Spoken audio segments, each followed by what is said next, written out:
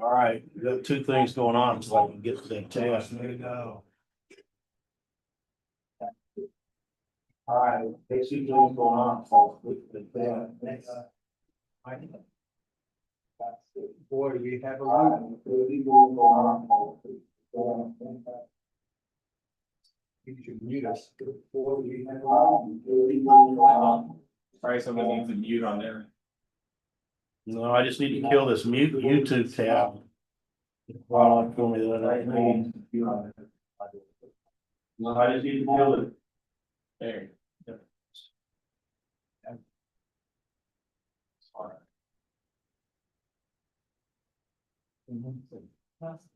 Nope. Real. All quiet here in mission control. We have to be completion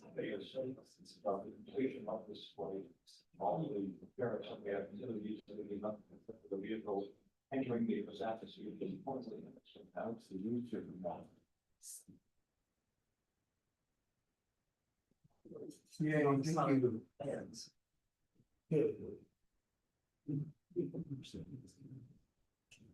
thank you. Yeah. Separation. 1 minute.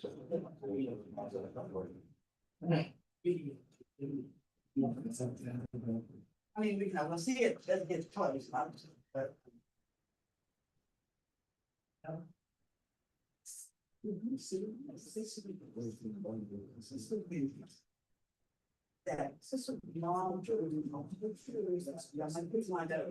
It's flying around all those, it's still, so, yeah, man. Oh, really? I'm talking about my digital. Oh, yeah, right. Yeah, okay.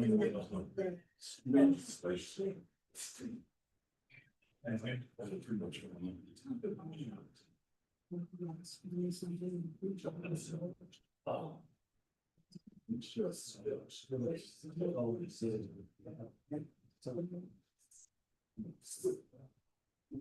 How long does it take you to vote your possibilities? How long does it take you to get my home? Go, so I usually. Come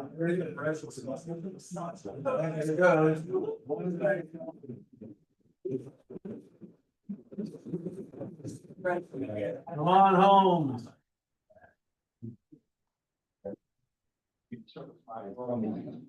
No. So I'm talking, okay, sorry. Oh, yeah, no, that's what I thought, right, it will come from London. No, I wasn't in that anyway. Adam helped. Yeah, I thought it might even be both.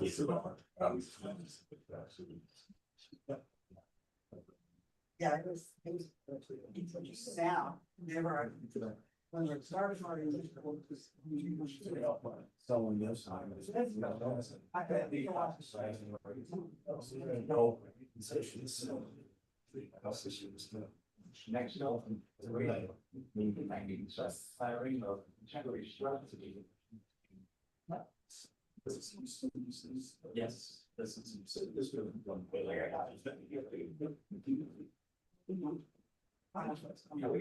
That's a water cell race.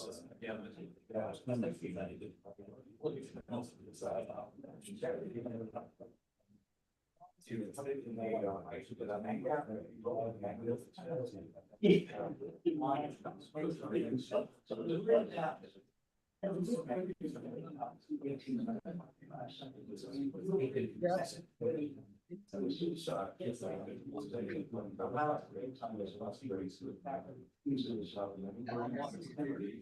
So I asked.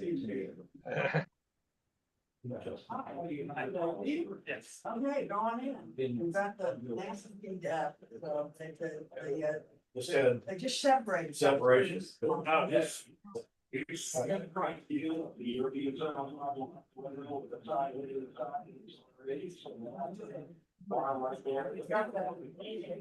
Say hello to pizza. Thank you. They're clapping for us, not the pizza.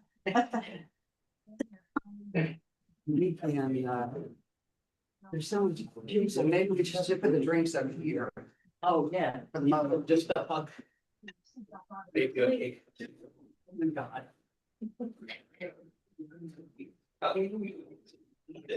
Looks like they're not focused on this spreadsheet. So we should go up and get pizza. Yeah, No, it's just, no. we're just gonna sit there There's and. pretty boxes. Pretty much. All right. So if you see else you get up, you'll get it. That's not the pretty boxes and stuff. And Rochester, a cake. This really, this isn't about the landing, this is because my birthday was yesterday. Okay, good. That's why we're. Are there different kinds? I'm sure there are different. Yeah. Let's see what we got there. That's cheese. This is cheese. So let's put this underneath. Yeah, right. There we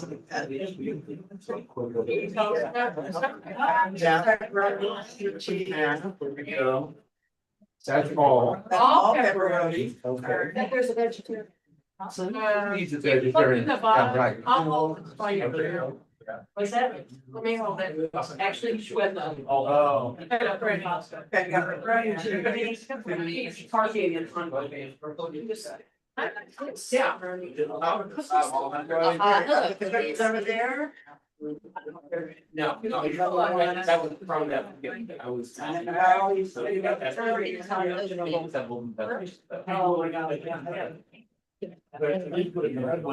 my God.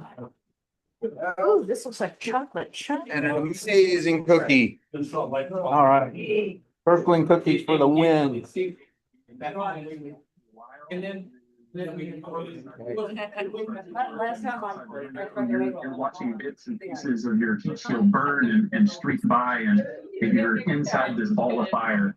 And then that culminates with, slowing down and shoots come out, and all of a sudden you're bobbing in the water.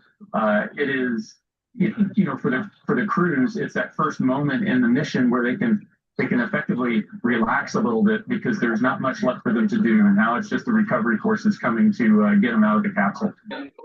And we're going to come back to you in a second, Nick. CBS News national correspondent Carter Evans is actually in San Diego, where a United States Navy team launched from one of the Orion recovery positions. Carter, how big is an effort? How big is that effort right now? Okay, good to see you. The recovery effort is huge, and nothing about it is improvised. They have been practicing this, the team that is, they've been practicing this for years. All right, so this is the USS John P. Murtha. It is an amphibious docking ship. So basically what it does is it has a wet deck on board, it has a helicopter pad, it has a medical bay, all the communications they need. And what they've been doing over the last couple of years is practicing this every possibility over and over and over again. When it hits the water, what's going to happen after that? Who is going to be the first person to open the door? Who is going to be the first astronaut out? What is the plan? They've been practicing that for quite some time. What they have also been practicing is recovering the capsule. Once they've safely got those astronauts out of the capsule and onto the ship, they want to get the capsule onto the ship. Now, I mentioned that this is an amphibious ship. It has a wet dock. It's essentially like a garage, and they practice this over and over again as well.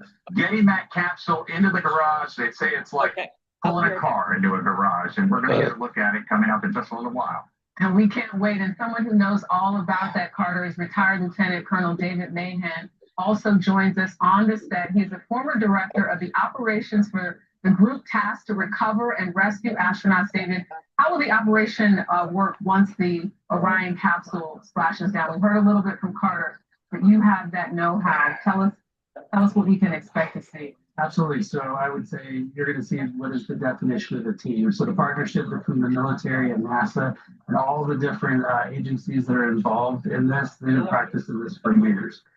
So the capsule is going to splash down. The ship is going to be about 2 nautical miles away from that. And one of the teams that's behind the scenes that people don't get to see a lot is the weather side of the house. So they're going to be releasing weather balloons because the ship wants to get as close to that splashdown as they possibly can. Obviously, taking into account the debris that's expected to fall off to keep the aircraft and the ship safe. So once they do that, they're going to approach the capsule. They're going to check for hazards to make sure it's safe to approach. Open the hatch, do the initial medical check on the crew, and then they're going to start extracting them. They're going to take them out on the front porch, and then they're going to hoist them and take them to the ship so they can get medical checks. You say this with such ease and you're so calm. You have so much confidence, though, in the science and the practice and the years of training. Talk to us a little bit about that. So absolutely. So the teams that have been doing this have been doing this for years. So professionals, experts at what they do. It's been a partnership with NASA, the military, with the National Guard, with the reserves, with the Air Force, with the Space Force, with the Coast Guard. I'm sure I'm leaving some out, but it is really truly a joint effort with a team of professionals. They're there and they know what they're doing. Look forward to seeing that teamwork at its finest. I want to turn now to CBS News meteorologist Rob Marciano.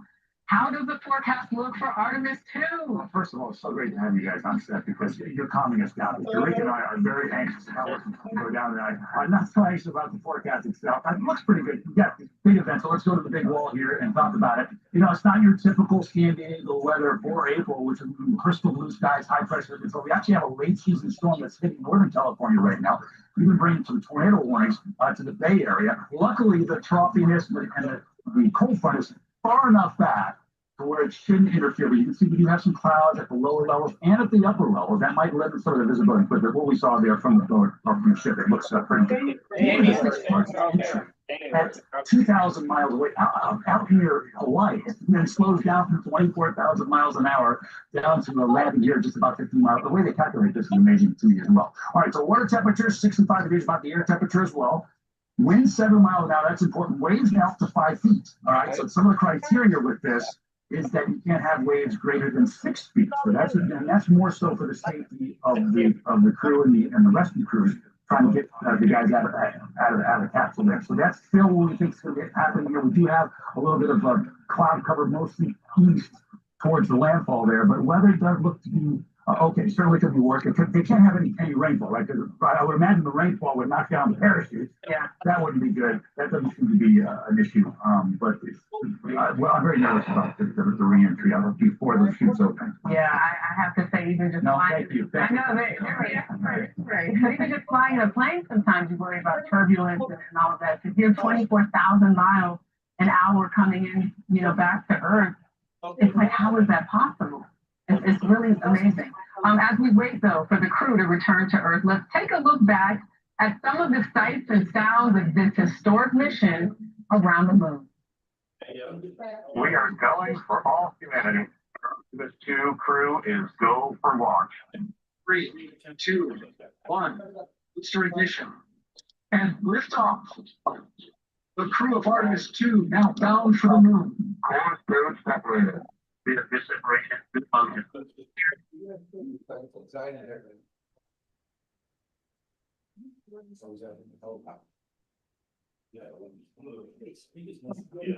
We're confirming.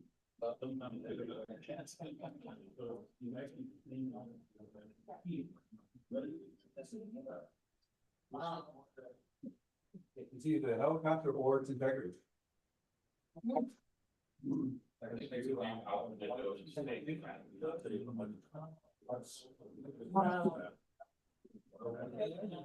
Looks like an inside out. Yeah.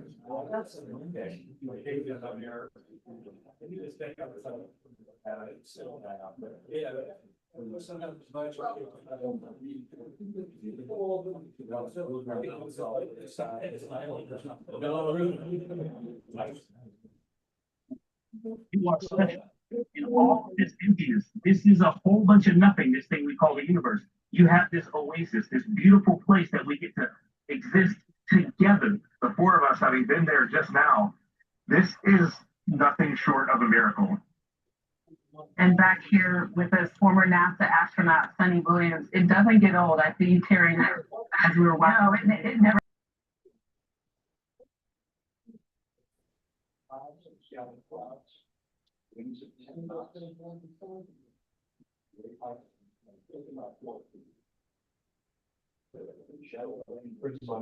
Thinking your order is on there, it's exactly what they said. So it's actually as well as.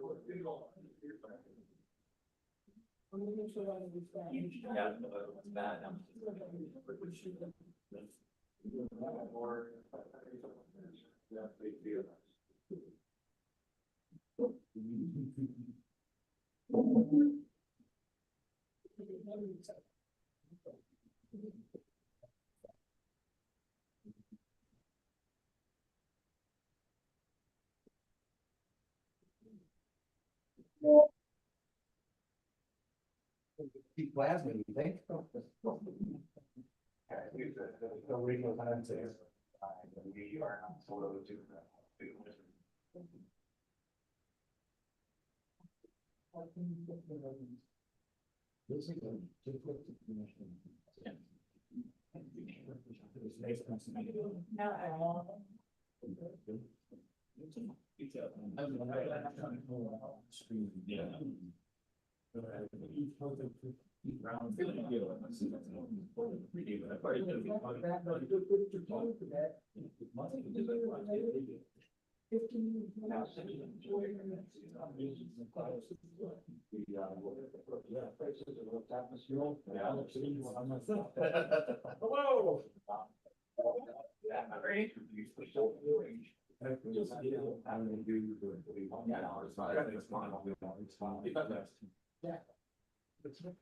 One day off. Yeah, I'm gonna come off there.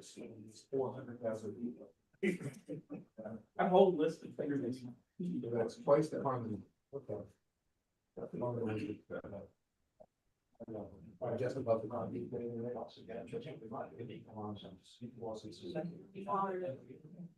6.2 kilometers or miles. 6.2 miles east of the Honey Island. Common line of the heavy farm, to get grass or anything. Yeah, right. So 400,000 feet is 121 kilometers. So basically, that's what I'm starting to.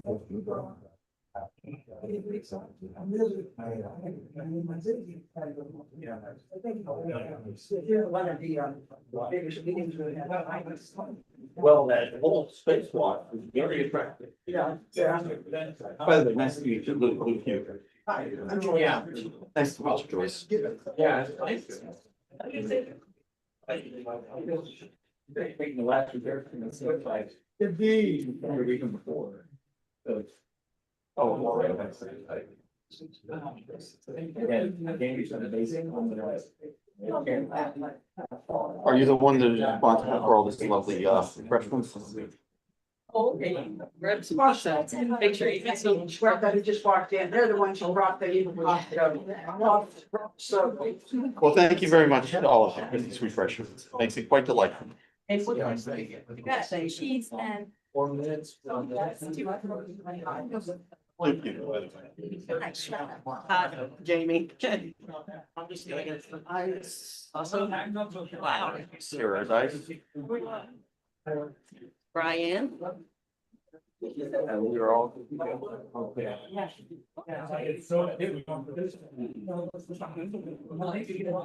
We're just watching everybody.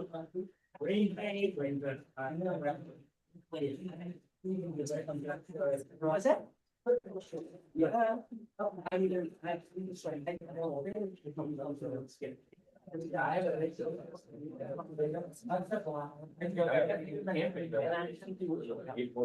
That's what.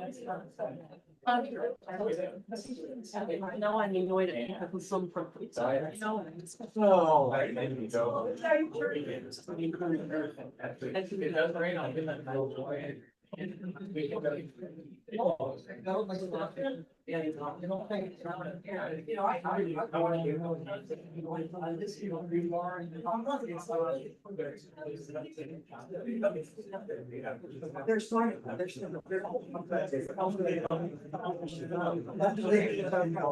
No problem. Okay, I wanted to make sure. I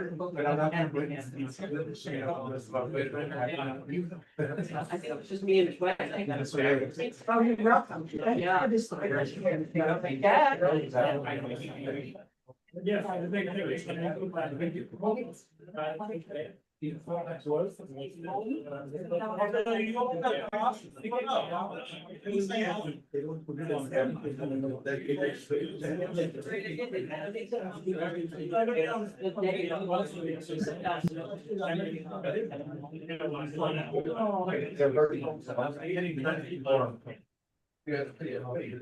should I? they're still going to say they're not on. They're not saying they're best. Oh, was it? So I think.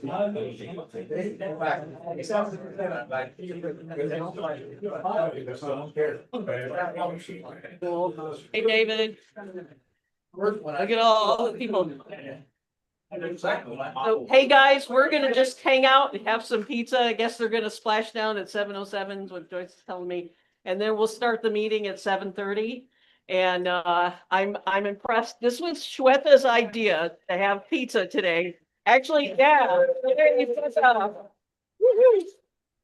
He was like, well, how about some popcorn? And then she says, hey, and pizza. And so we were bandying it about today. And so she just picked it all up too from Costco. And we didn't get that many because usually there aren't as many people here. So now we know how to get people here. It's like pizza. Yeah, moonwalk and pizza. Okay, right? So anyway, thanks everybody for coming. And like I said, we'll start officially at 7:30. And I think I'll have the slides. Like that.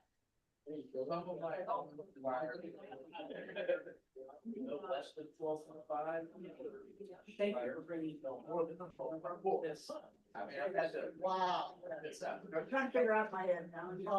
Everybody's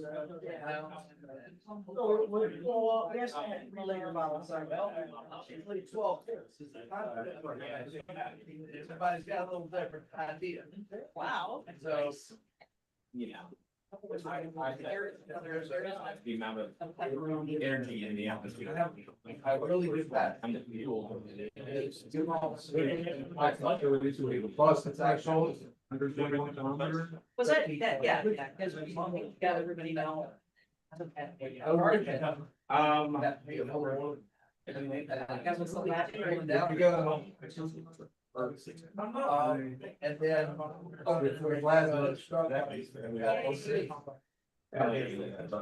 But as regard to this up. And pretty sloppy. And all it does at Starfront. I have one of my backers, my back line. Yeah.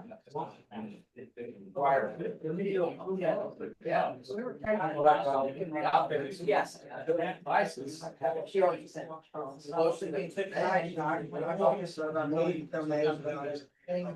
Bounce moves. Because it's all right.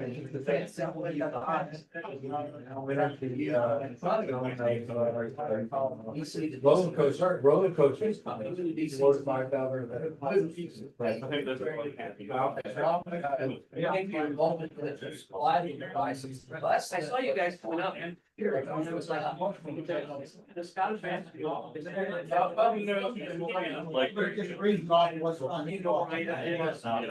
Like. I think Rand Paul's whole name. Can't fight. And then there's Buck, which is. Well,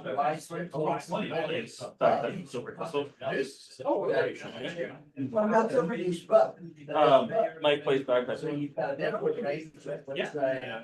Which one's Mike? Oh, awesome. I've got to define. Seen it in town. But what you got to burn and stuff. And then. So folks who got just one slice, because you were like thinking about making sure there was enough. There's part of one left. So if you want to get another slice. And Was this after a period of time when you were at Starfront?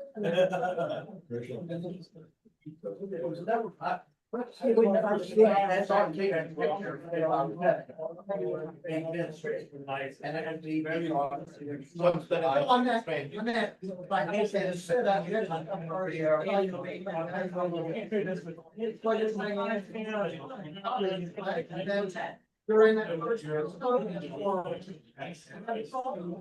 I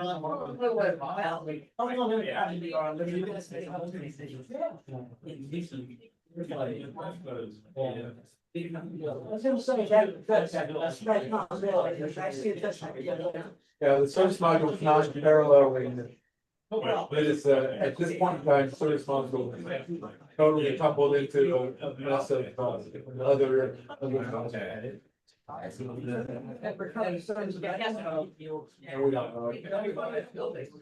I realized, I mean, remember, it's going just as fast as integrity. When you separate, but it's actually specifically on the parallel force of man. Because I have big meetings, because of the soul man. So it's totally invested. Of course, it won't bounce back, it'll just keep punching.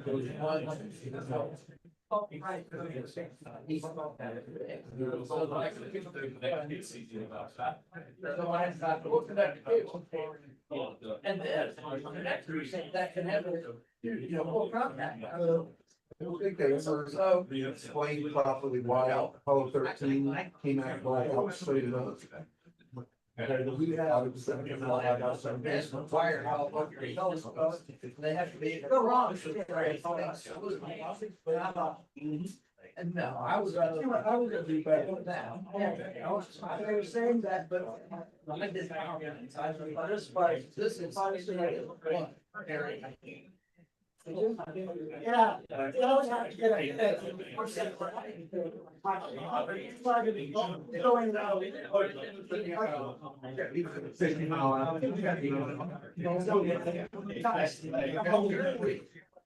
And Apollo 13, did a free research trajectory, right, so that's why they were the farthest, because they went together. Artemis was in there for Well, I've got a orange battery, well, actually, two of those in it, right, and I've upgraded what I got, so I wanted to be able to monitor, print out, connections, whatever.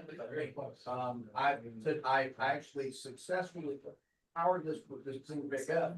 It was the first time today. This is the one with this is I've settled on immunizing all my parts and bits and pieces, so they all fit together. Drop. Nothing will back in the truck and. That's so, yeah. 26,000 miles an hour here. Now it's 12,000. Open hot, and it did that you can actually build it. So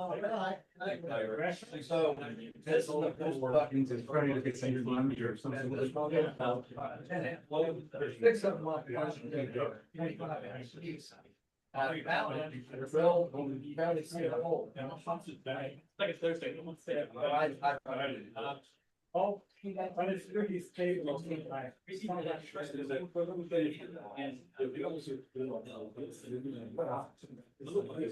It's no hole.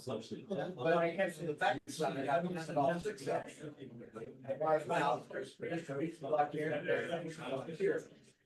They see. They get that big. Jumper, they got. After that, strategy that. And all the devices reflected out of that. I was looking at that. When I'm done, I've actually got a email. Oh,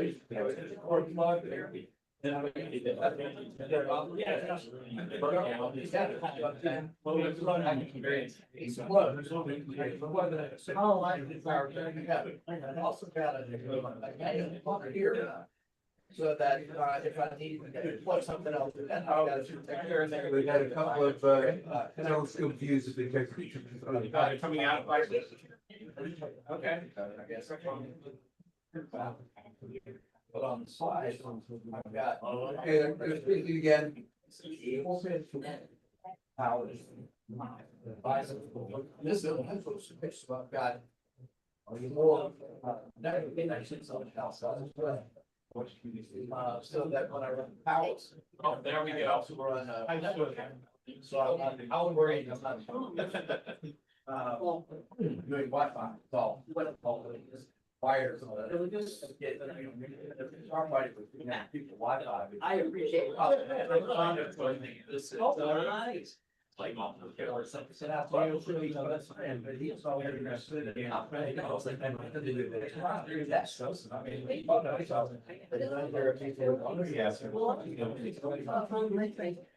I'm wired, yeah. Wired. You didn't say that the whole lot hungry, you didn't know when the hungry. Yes, I have never wanted to put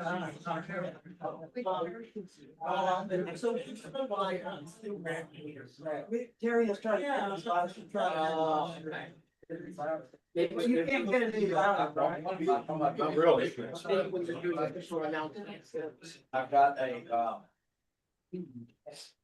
primary slab equals. Before that session. And it's real. So. The computers, and it's got, not only is it I mean, look. So about power control. There it is.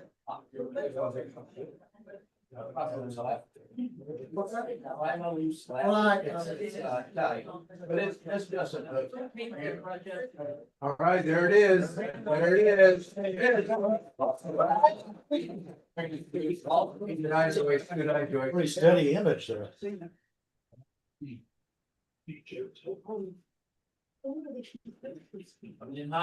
Yeah, that's hot. Yeah, that's right. Getting ready and got some good straight set up. I rose, my wife doesn't grouse at me too bad. You can see the dining room with the butters. Rogue. Right.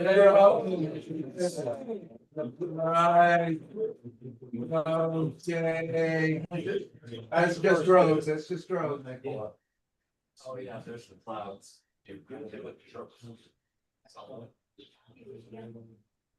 Next up, the deployment of the pilot parachutes and main shoots out.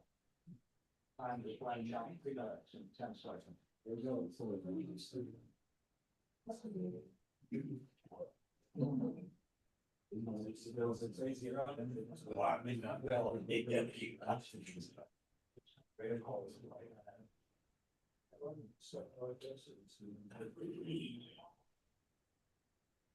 All right.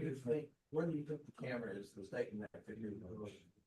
Yeah, it's that light, it's an airplane. It's an airplane. Could be a satellite. I was gonna guess. 10,000 feet. That's easily an airplane. And then it's a satellite. That's the one that we got going on this round. Pull on those optics.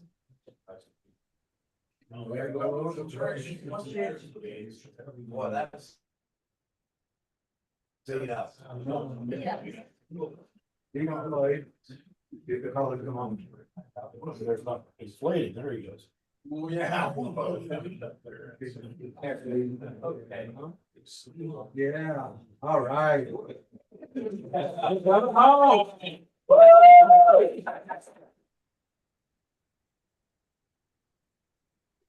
Goose.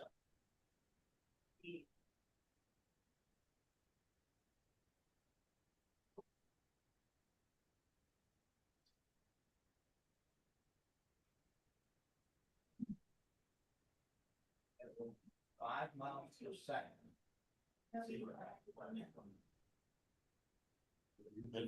See how it's going? That's IR. Yeah. Really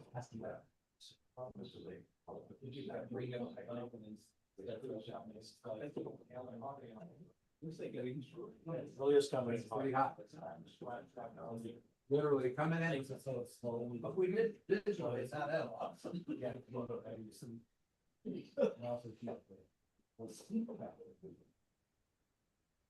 Does it sizzle when it hits the water?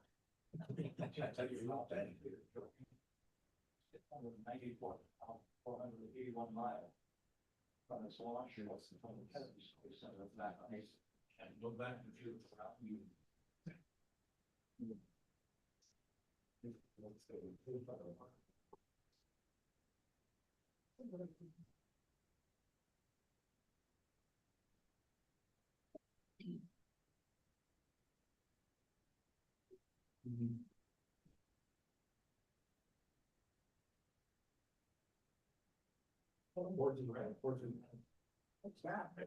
Almost certainly per July, the thrusters will get back to. They tend to use hydrogen, which is really nasty stuff. 1,000 feet. They know where that fully dives around. That's what they heard about that. Close now.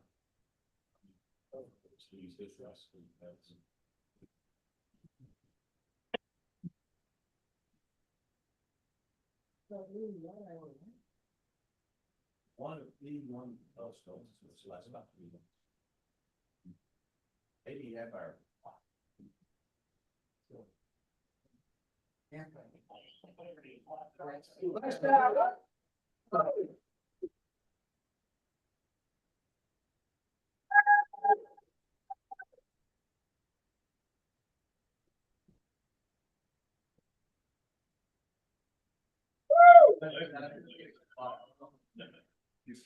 That's 7 5.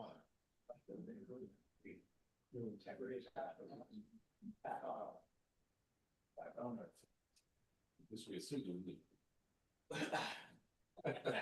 Just to check, but.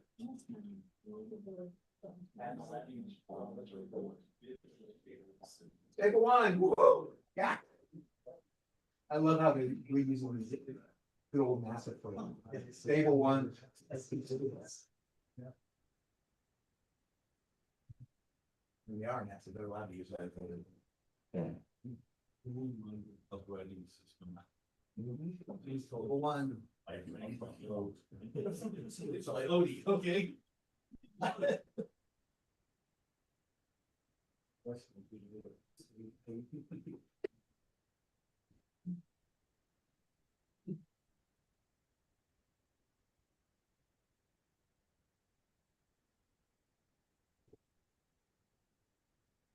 The unofficial flash it on time, 7:47 seconds, PM Central Time. We'll get that refined for you. 500. That worked out with the design. 1 hour, 35 minutes, 35 seconds. Well, all everything.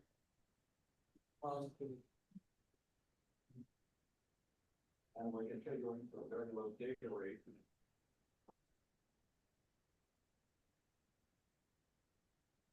Once again, it's a planetary occurring.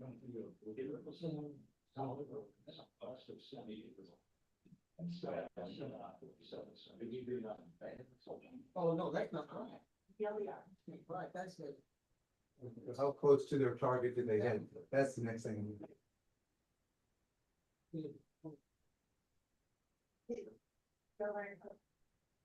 550 hours to be.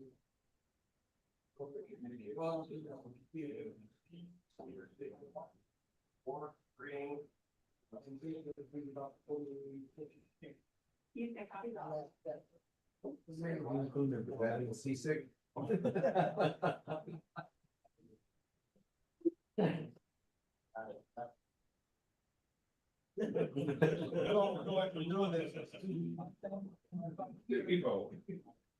Disability.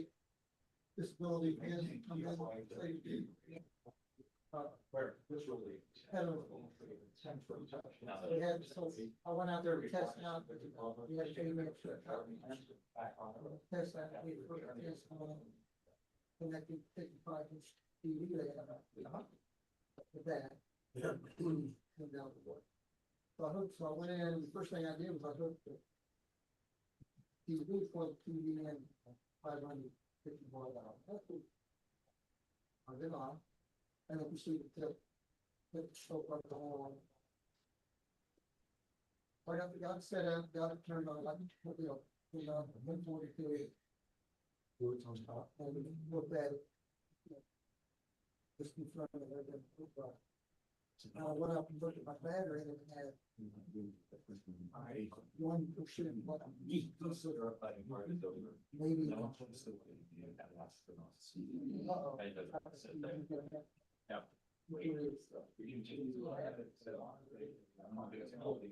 Two weeks later, it's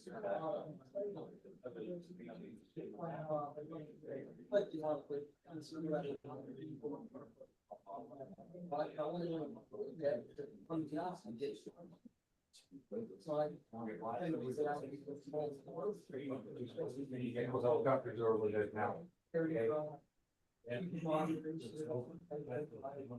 Sick, you know, and got to. And go through it. Yes, it's right.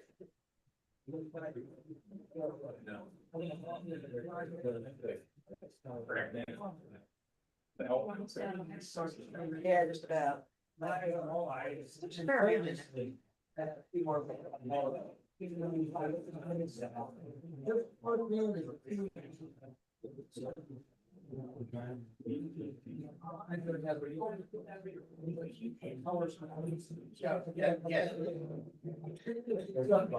So when I would put it on and actually did that something, I wasn't dark.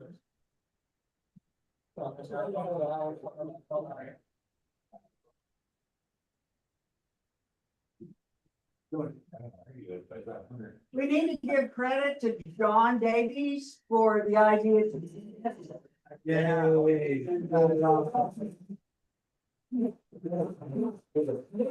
She's not here, she's probably at home glued to the television, but anyway, it was her thought, and so we went ahead and did it.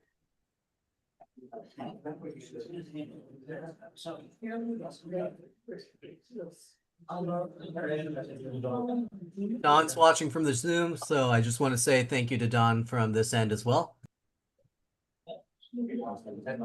Well, yeah, that's it. Regular wet style, you don't think it's a little bit. That goes down. Don't take a blow down. You go, consider us. It's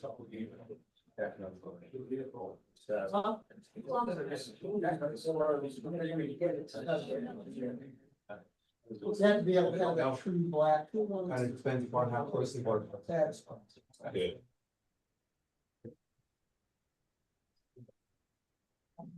have to know how closely working they're projecting. And this versa. I think one of the reasons they're using those helicopters area. Yes. Realize that a burger is almost about 2 hours. Well, so far, everything's working well. I understand. I'm just saying. Nameplate on TV says this. You gotta divide that by 0.85. Well, see, I don't even go that way. I just put something. Ignorance is bliss in my case.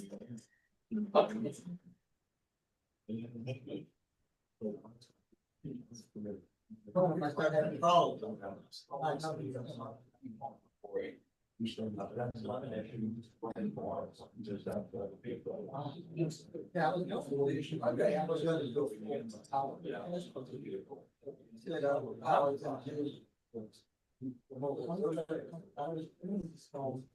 What's the big loss? Power camp, museum, that flags. I wouldn't expect it. It's fine to run with this and ready. Maybe a little tough. Jim, we call it single. They have, we usually have. Like once a month, I don't know.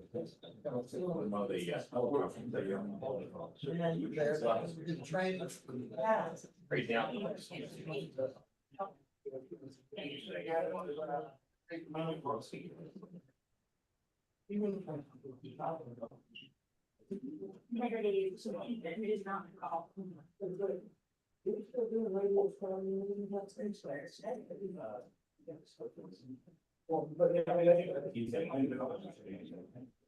Ever?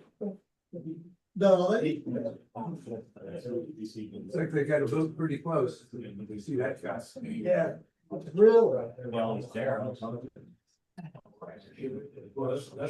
We're not moving very much on the side because you from that. Oh, Up here.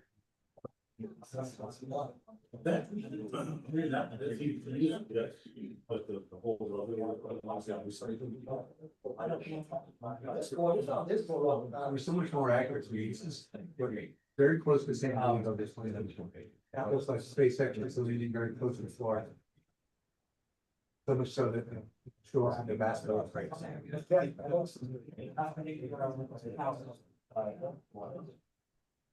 Yeah.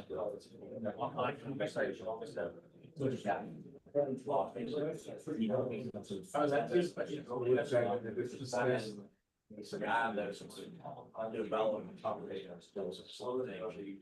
On velocity. I would check one with this 19 miles an hour. Bounce. Maybe take a good point.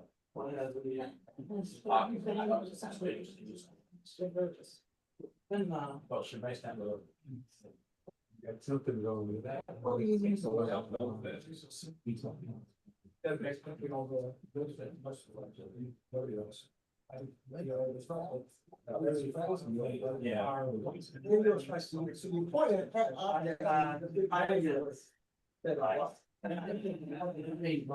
For this line. Something real around. I don't know. But I mean, go back to. Everybody's probably filled with pizza and cookies. I have a kind of a fruit cake back there that Rajesh made for me for my birthday yesterday. So if you guys, anybody wants some, you're welcome to try it. Whoever heard me.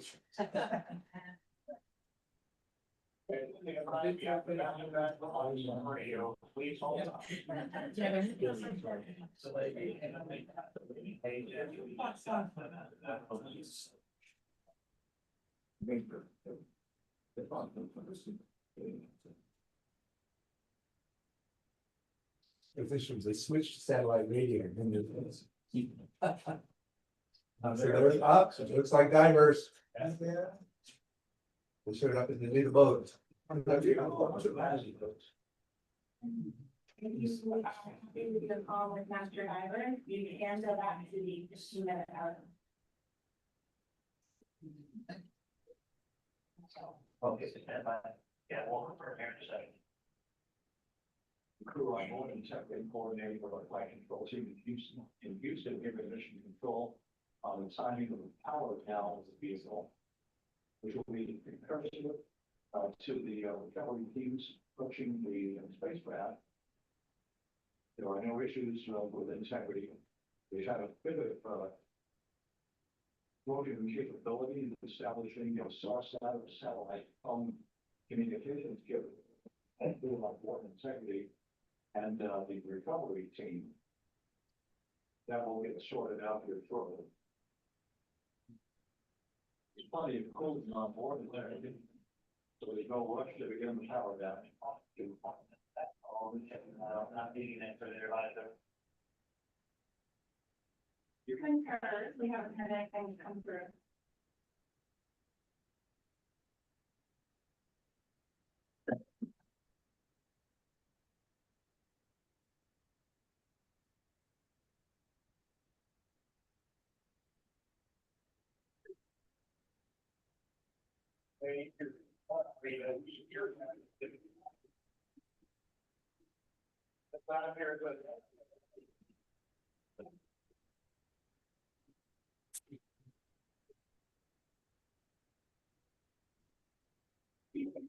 And we just confirm you are putting the PTT on the radio.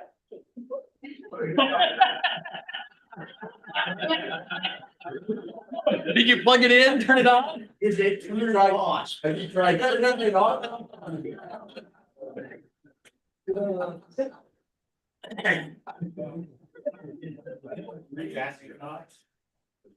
Like how they was doing back and forth, like ET plan, how they the whole push president.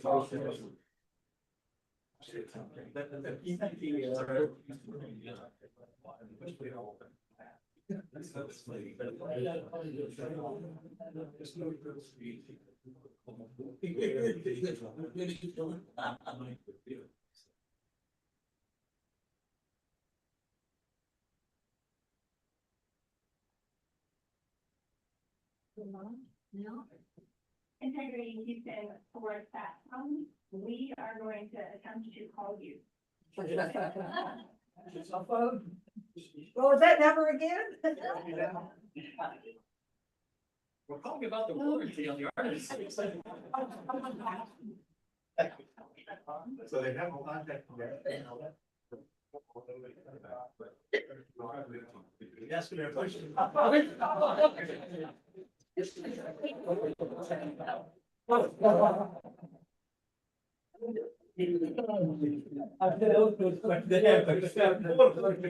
have commercial satellite radio hardware.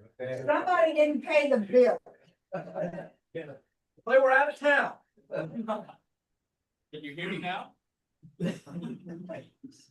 Verizon, yeah. That's a lot of boats, yay. They want to be eaten by sea monsters. We are trying a backdoor approach. To have, call the crew on their backdoor approach. Didn't they have iPhones? Let's go knock on the straight. Yeah, come on, that's your Apollo thing, just go and knock on the window. Hey, you guys inside? Didn't they have iPhones? Oh, they had iPhones too. The suspect one, we're not shipping stuff next to the. They do have iPhones, at least one of them. Yeah. Then I have some. Legal, and that's also an excellent variant. Yeah, that's. Well,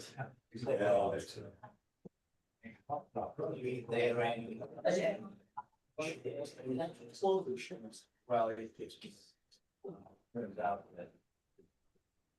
More coast. That's probably okay, but I also don't want to have some. Somebody's communicating this and looking.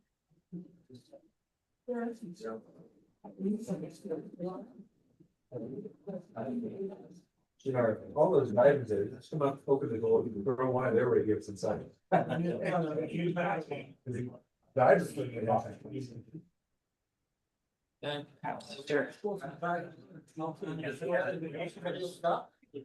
I don't know what it was, to keep technologies for the or if it was to make sure that.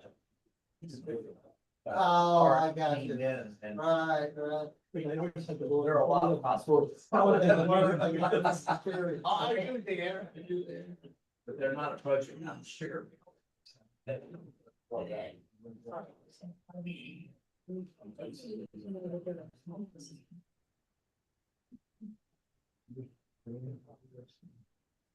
talking about.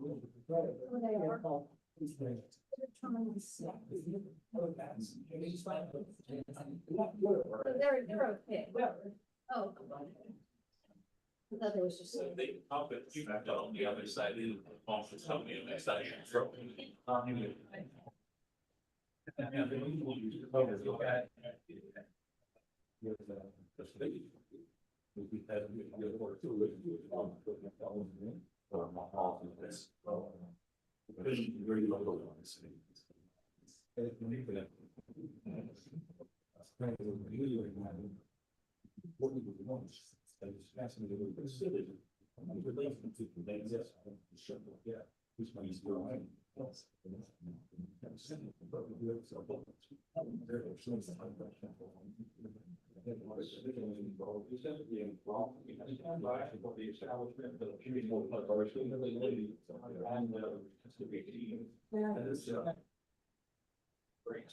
do that, just figure out.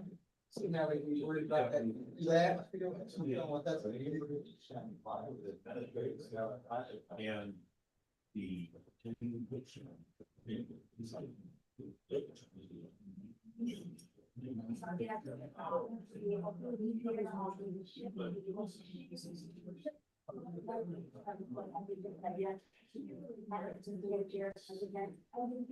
How do you feel again?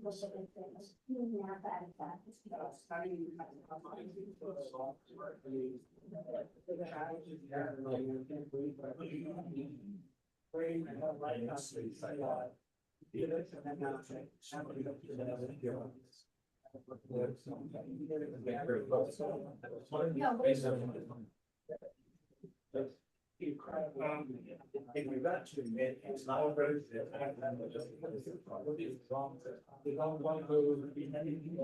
This is a lot of great.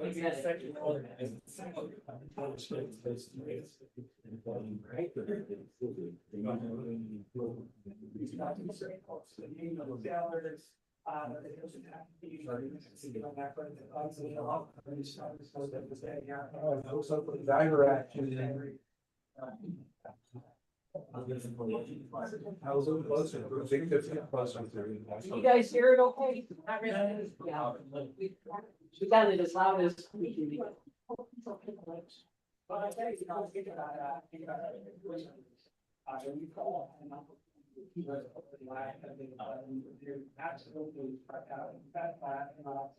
Wonderful communicators, all the I think these were the ambassadors from humanity to start the new STEM out there right now, and I can't imagine a better crew, you know, in this case, that just completely. I think that's what he's doing for us.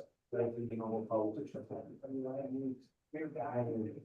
Everybody's very Bringing them back safely and set up a series, you know, I mean, it's not, I don't want to get a lot of time to keep it around here. So it's not, this is just the beginning, you're thinking about this, you're like, with frequency, sending, making, the skill and dialogue and probably and stuff, so we know this. Yeah, I'll be there. There was one momentum for I started it. So yeah, yeah, it's not fun. I think that's the, you know, part of it. That really is. Right now. Maybe make sure that you go lower. There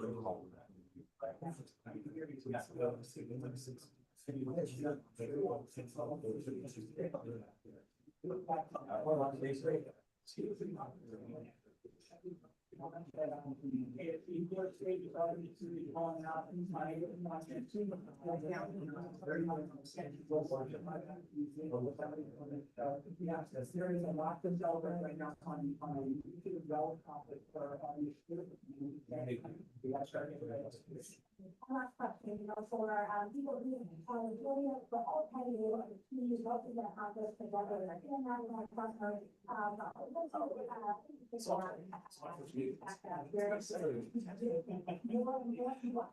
if he can do that, it's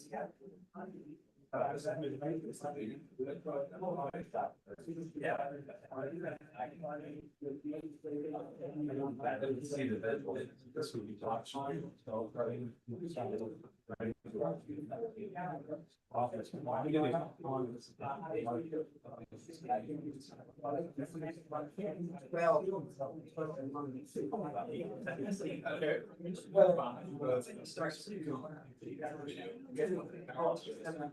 Yeah. It's funny, you're like, oh, waiting.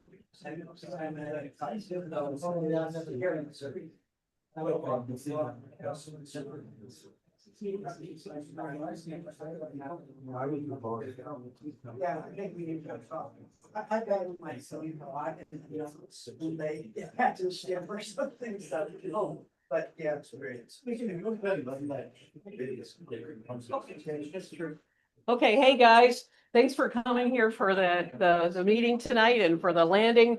Our business meeting usually starts at 7:30, so we're gonna go ahead and start it, especially because can't hear what they're saying anyway. The volume is wonky.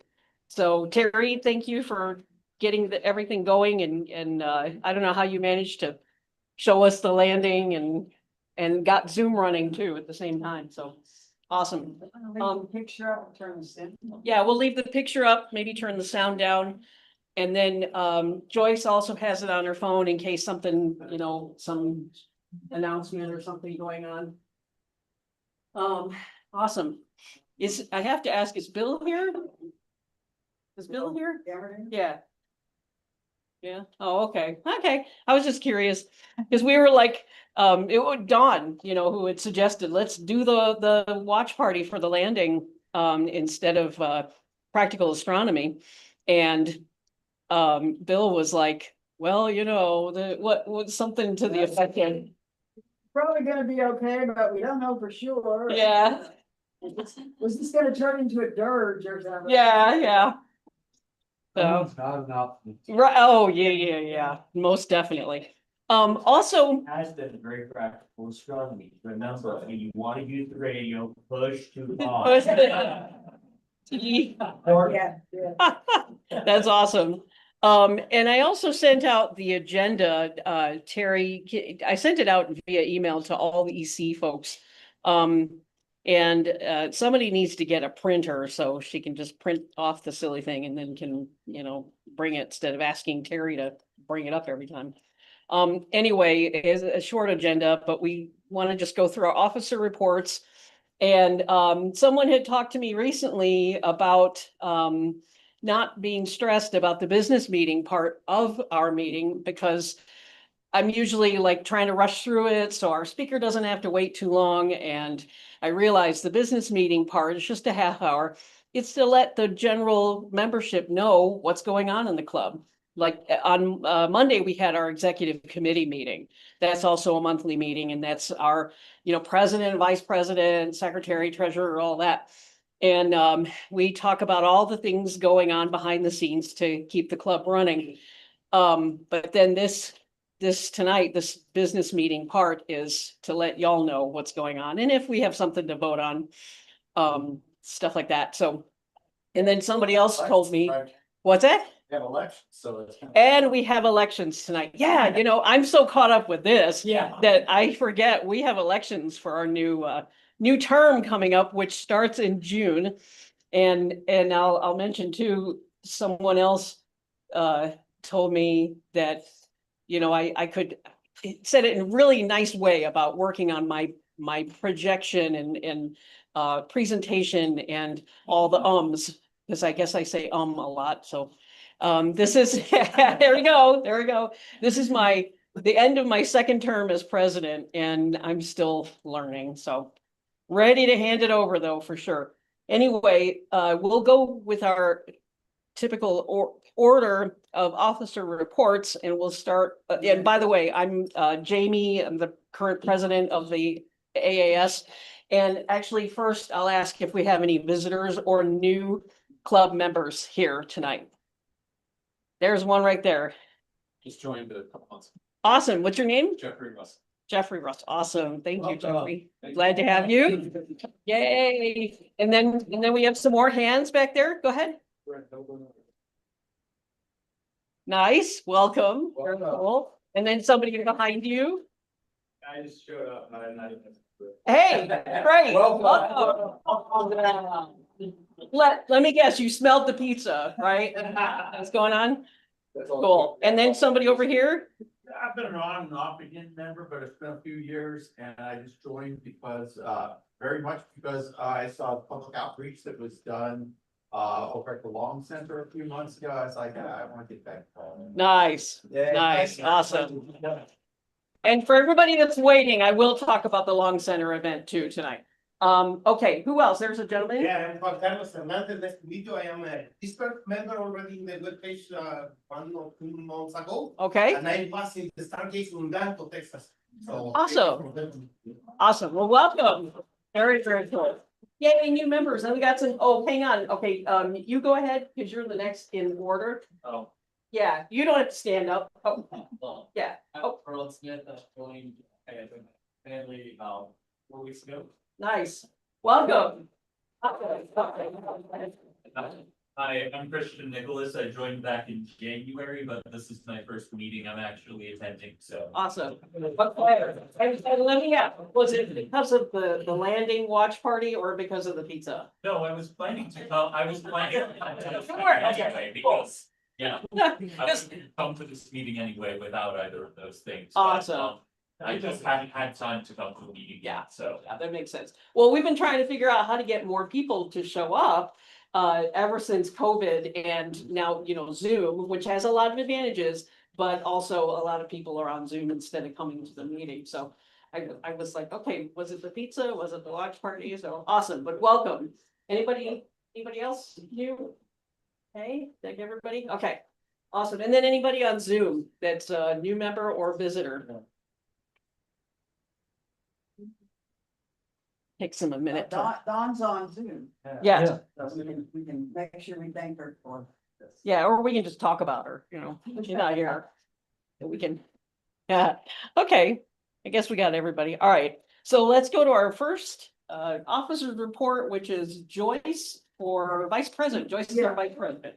I will just go ahead and start warning everybody that next month we will not be in this room. We will be in the CPE building, which is just right next door, you know, sort of perpendicular to here. And of course, this will go out in newsletter and emails and all that, but this room is not available.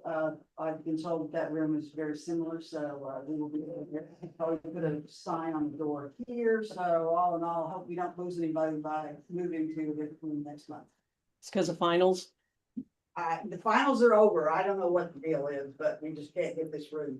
Huh, Like ever again, or just? No, just for next month. Yeah. Presumably we'll get it beyond that, but the reservations haven't been made yet. It's too early, but for some reason, we can't have it tonight. well, and usually when we don't, when we're kicked out of here because of finals or whatever, which is rarely, then we meet out at St. Stephen's School in Frank Miken's room. Well, that may be something that will happen this summer. I don't know. Okay, cool. All right. That's an awesome place. So that's it for outreach. We had not outreach, Vice President. Jeff is- okay, very nice. And then what's the next person? Charles. Okay, Charles, our treasurer, right here. Alright, hi, I'm Charles, I'm the treasurer. Our income, for the month of March was $1,720.40. Our expenses were $1,210. So we gained about $510, which is pretty good. Our balances, we had $12,621 in savings, $227 in a scholarship fund, $9,440 in checking. And then we have a CD which matures on April 15th and is going to continue for another 12 months. That one has $16,277 in it, gives us a grand total cash on hand with $38,567.49. Yeah. Party time. Hey. We did it. So we can afford some pizza. That's awesome. Thanks, Charles. You do that work. I could not do that. I can barely balance a checkbook, so I'm very impressed. And then who's after treasurer?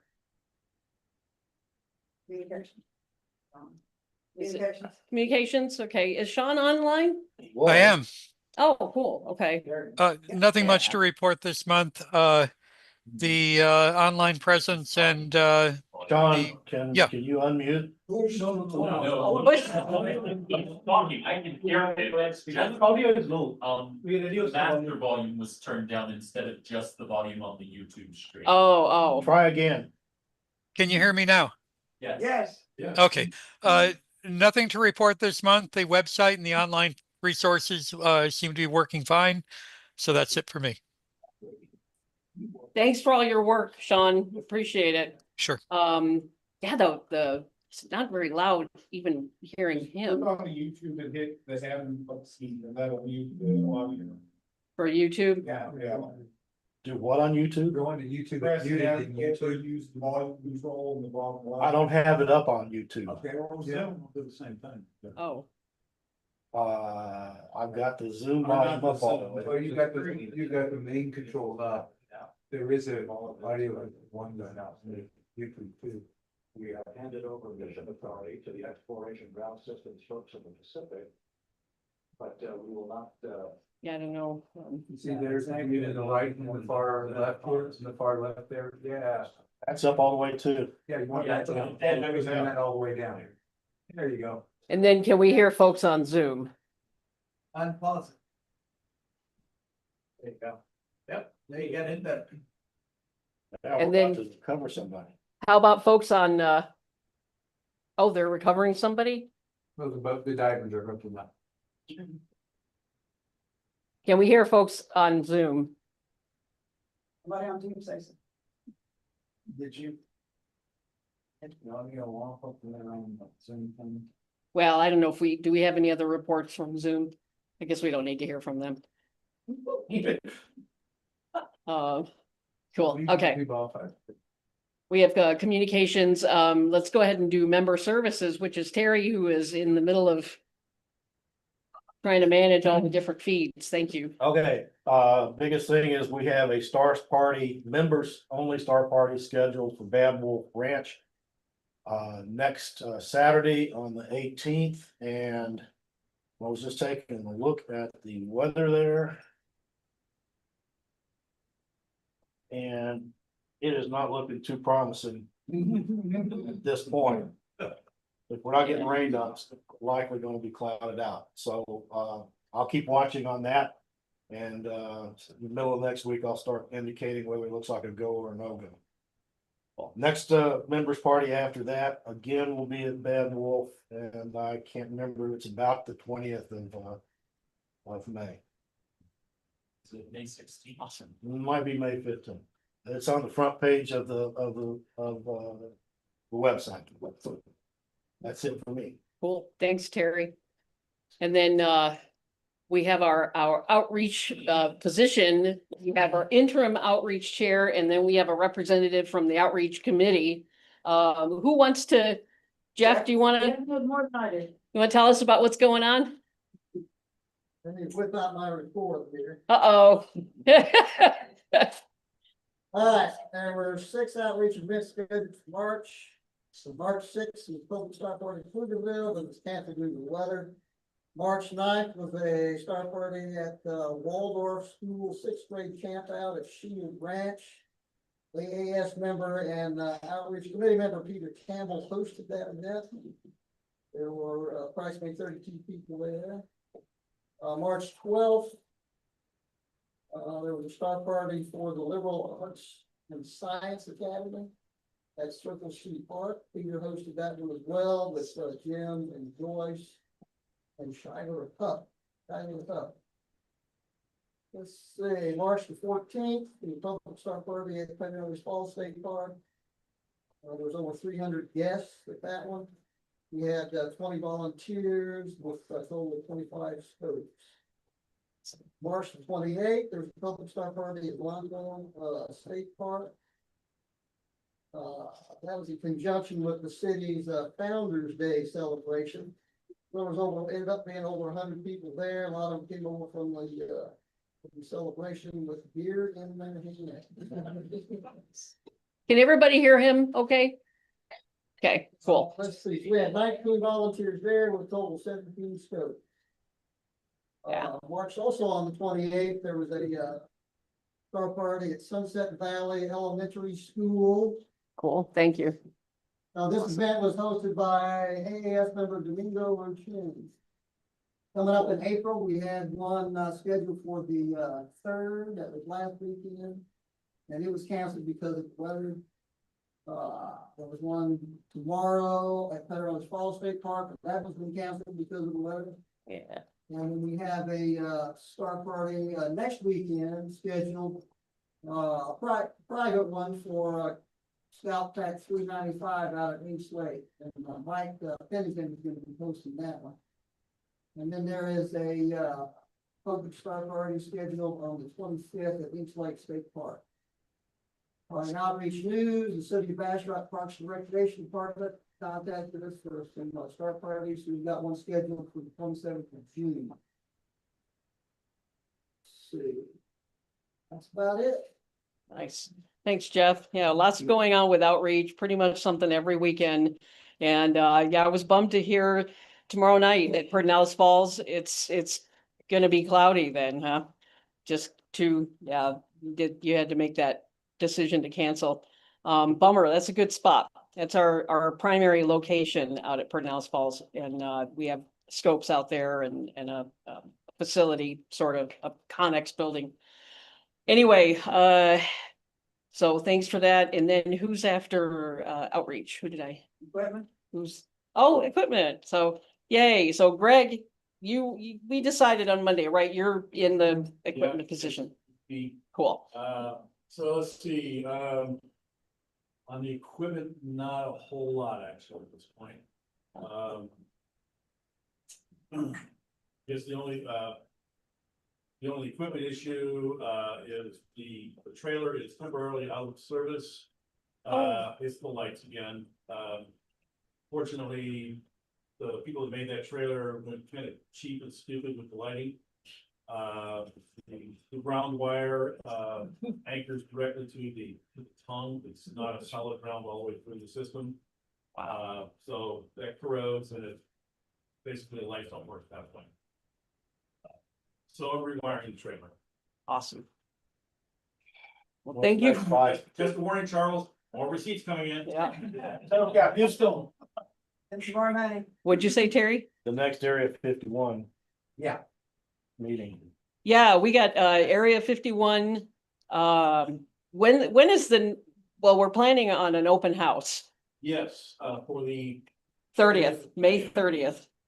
Yeah.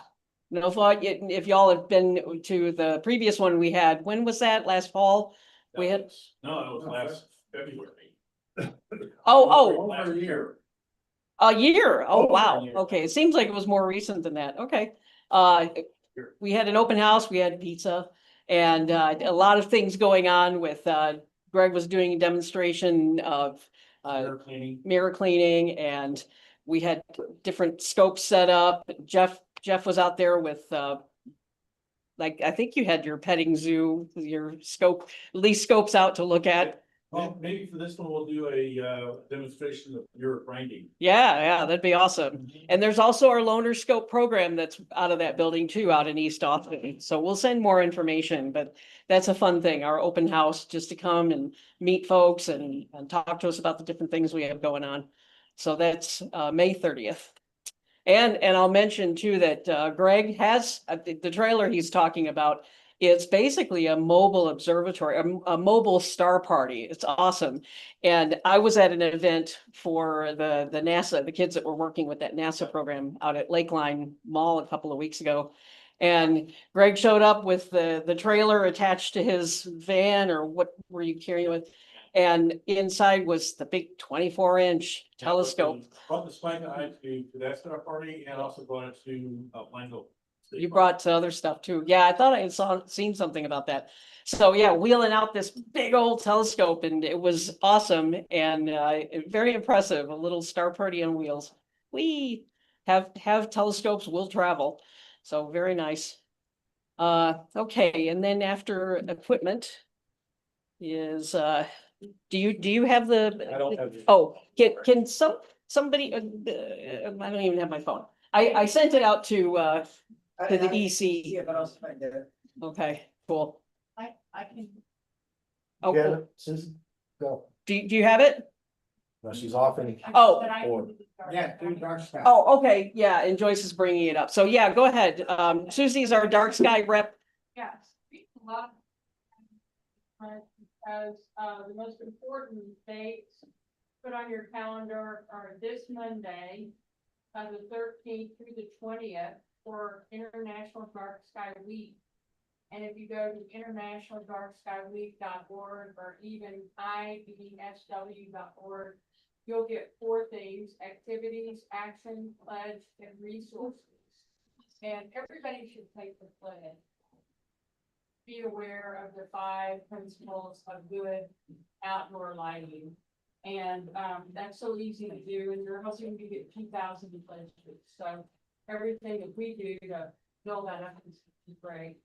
And then in the state news, Dark Sky Texas had a leadership conference in Fredericksburg last month. And one of the most impactful developments is an effort to get the state legislature to pass a law that would be considered light trespass as a nuisance law, similar to a barking dog or trash piled up on your neighbor's property. And having that codified law would put some teeth and restrictions and keep dark skies safe. So it's going to take a few years to get that. At least they're working on it. And of course, I appreciate donations for Dark Sky Texas. So if you have a bad neighbor, or as some people are cooking with a Buc-ee's, or you might consider looking up what they're doing about that. Locally, we're going to head out to Big Bend for the Dark Sky events, because there are many events in Terlewa, Alpine, Fort Davis, Untitled Observatory. But here locally, there's an event in Travis County on Saturday, April 18th, a week from this Saturday, at Richard Maya Park. And last year, they had 2,000 attendees. It's called For the Love of the Parks, and they will have many dark sky things there. So that would be fun to get out to do that. And so I'm going to hand this off to Jamie. She'll be taking over the dark sky stuff. Yeah. We're doing it. Done being president. Yeah, thank you, Susie. Very nice. So yeah, light pollution is a thing, and it's starting to, more people are starting to become aware of it. This break. Oh. Texas highways. It just came out. Nice. Complete issue is about Texas and dark skies. Awesome. All kinds of great stuff. And Outside Magazine has Sea Stars, your guide to dark sky tourism.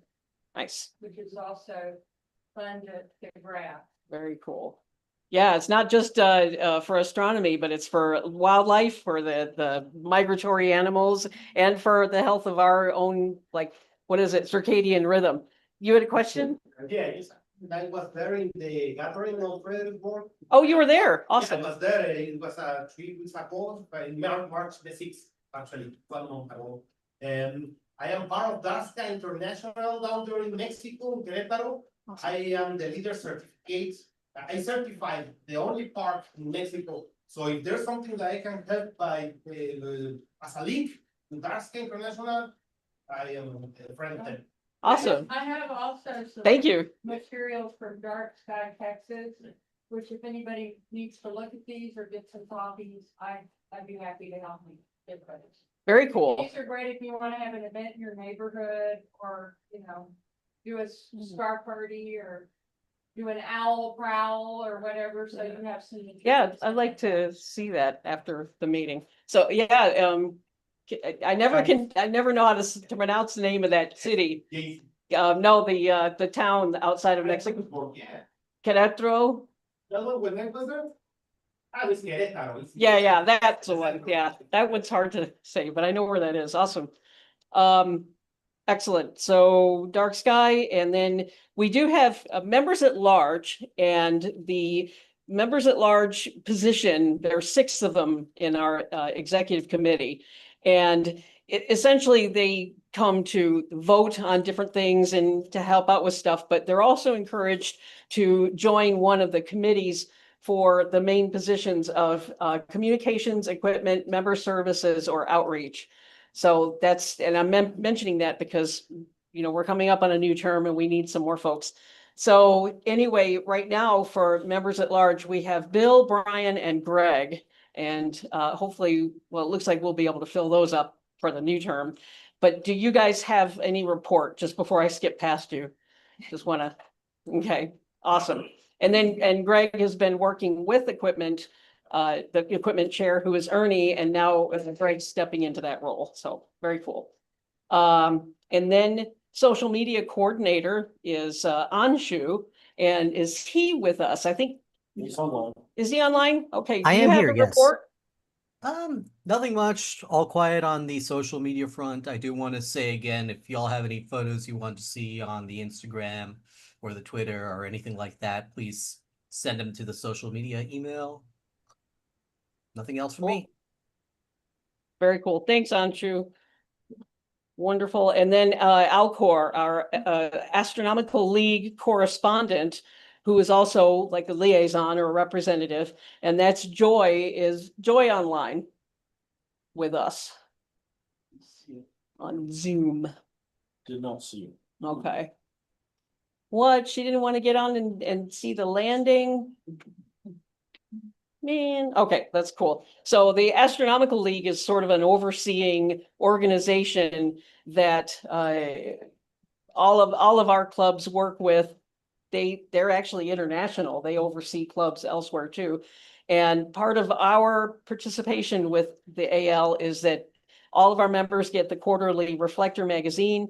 And also they have a lot of observing programs where you can get pins for participating. And it's pretty cool. It's a good way to encourage observing activities and to learn a lot.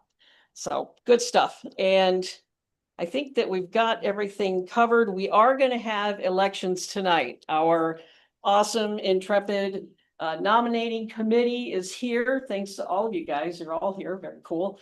And you guys will be conducting sort of our elections for the positions. We still have open positions, but we do have some folks who are available to take on some of those. I don't, well, we'll talk about it when we bring you guys up, but let me mention also, I talked about the open house, and I want to mention this issue with the Long Center. So the Long Center, I don't know if she's new, but the marketing director reached out to us a couple of weeks back, 3 weeks ago, and asked if we could spread the word and about the upcoming Neil deGrasse Tyson talk that's going to be next Tuesday, the 14th. And they said, we look forward to working with you and all of that stuff. So the EC, we were talking about, okay, do they want us to bring scopes again, like we've done several times in the past? And it wasn't for sure. So I did reach out and I said, okay, like, you know, let's work together. We can send some volunteers down there with telescopes. And like we've done in the past, I can't remember exactly how I put it, but it was a nice way of moving into, you guys are going to give us free tickets, right? kind of thing. But I can't remember exactly how I put it, but it was just like, so just like how we've done in the past. And then the marketing director said, I think we should be able to do that. She wrote me back and she says, about how many are you hoping for? And so I was basing it off when we had our symphony event a couple of months ago. I had about 10 volunteers for each of 2 nights. So I said, you know, 15 to 20 tickets, if we could get that, because a lot of the volunteers want to bring a spouse or child or whatever.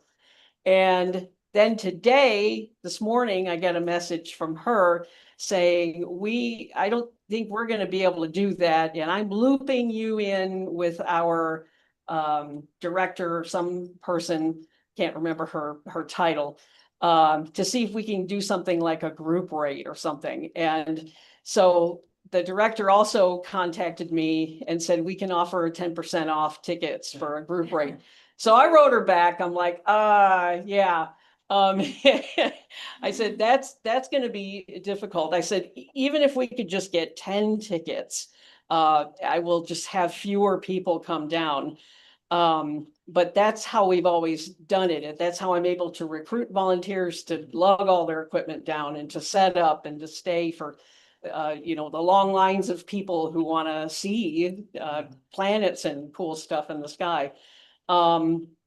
So I said that, and the last email I got was that they were gonna look into it. And of course, that was towards the end of the day today, and we have to wait until Monday to find out. So I don't know if these are new people. I did write back and I said, this is, I was assuming it was gonna be just like how we did it in 21. 2021, Neil deGrasse Tyson came to town. We got 20 tickets for that event. Remember, you sent me the email for that. And yeah, we got 20 tickets, and so we were able to send volunteers down and, you know, all that good stuff. So I just brought that up, and then I brought up the fact that we've done other stuff with the Long Center and with other groups at the Long Center. So you know, there's definitely a precedent. And so I'm gonna find out what they say back, I It's guess. probably Tyson himself who said, I'm not going to discount these tickets. You know, I wonder. You know, what was it? 2012, we did a birthday part, his sister's birthday party in Taylor. Really? Took a bunch of scopes out there. Hey, would you like to come speak to the club? You got $20,000? Serious? He became a member for a year, I think, but that wasn't enough. Yeah, well, there's a little bit of bad blood between him and UT. So, yeah, so that might have been part of it. Regardless, keep fighting the good fight. Yeah, yeah, I know yeah. it's sort of thankless, and we would probably show up anyway. Yes, Okay. yes. But So I will find out and let you guys know. I got everybody's email, the folks who responded. Unfortunately, I got a lot more responses than I did for the symphony. So It's 8:02. it's 8:02. Okay. Yeah. Well, somebody told me to not rush on the business part, so now I'm taking too long. So, okay. Anyway, just wanted to let you know what was going on with that, and I will get back with you as soon as possible, as soon as I know anything. So I've been inundated by questions as soon as I got here tonight, Charles, so I'm just trying to answer everybody. All right, I hope I got it all, and let's go ahead and do the elections then. So. Just want to let Mike Pennington have a chance to speak. Oh, Mike is gonna talk about TSP. Where's Mike? Okay. Oh, there he is. Okay, yeah, can you Oh, yeah, I can go Bray. So I'm going to Tech Star Party and close to the thing with you, okay. Well, if you're going or you haven't been before there, it's basically 3 locations. You set up the lower field, the midfield, and the upper field. And for those that don't know, Austin Astronomical Society does tend to gather in one area of the upper field. It's kind of on the east side between the stairs and where Celestron sets up their equipment. Look puzzled. West side's better. West side is it better? Yeah. Much less likely to get a dust devil on the west side. Okay. So we prefer maybe set up on the west side, like between Houston and Oklahoma. And Oklahoma, yeah. Okay. Yeah. This is a recent development. We did it 2 years ago that way, but by the. Yeah, we were on the west side 2 years ago. I was wondering why, because we've been on the east side for several years prior. Yeah, so I had a diagram that had us, oh, we can fit right there on the west side, and we found out, no, we already have a group on the east side. So I guess that's the question, where do we want to set up at TSP so that people that are coming out to TSP know where we are? The dust devils they come in, they land in the field and then run to the east. Okay. So if you're on the east side, you've got no blocking from the wind. Yeah. On the west side, you're shielding by the hills and the cabins. Yeah, I got hit by dust devil twice last year, so it was fine. Sorry. Well, one was I was loading up and I had my fan for it. Completely. You feel that trouble. I felt like we got shot again. So. So I will be out there early setting up on that Saturday to black out windows and everything. So I guess that's sort of the question, maybe we can community Discord is like, where do we want to set up? You want to set up on the west between Okie-Tex and Houston, or we want to set up on the east? Mike, if you got a show of hands of people here who are intending to go. Yeah, but when is it? It is 1 month from now. Where? It is in Fort Davis, about 7 hours from here. 10 to 17. 10 to 17. 10th to the 17th of May. And there's still lots of spots available. There's camping spots. There's about 40 bunkhouses. There's RV spots. I have an RV. One bunkhouse left, Well, okay, one bunkhouse out of it. Okay. And a live feed, just so it's easy to see what's been taken. Yeah, there's like 10 or 12 RV spots, surprisingly. That's all. And there's lots of camping. So, Of all the people that raised your hand, is anybody going for the first time? And we're still Okay. thinking about it. You might want to stay after the meeting and talk with Greg or Brian or Mike or me. Are there events during the day? there are events during the afternoon, some talks, and there's also some talks in the evening on some nights. And it's all on the GSV website. They have the list of the daytime events and the evening events. There's something you, the time you wake up, the time you cover your scope and pass out. I do the same thing. I work, basically I wake up, for lunch and I have to work in the afternoon. And then I'll go to the evening presentation. Cool. So they do have good Wi-Fi out there, bad self-service, but the Wi-Fi, so you can still get texts. And you can do Teams calls and that sort of thing during the day.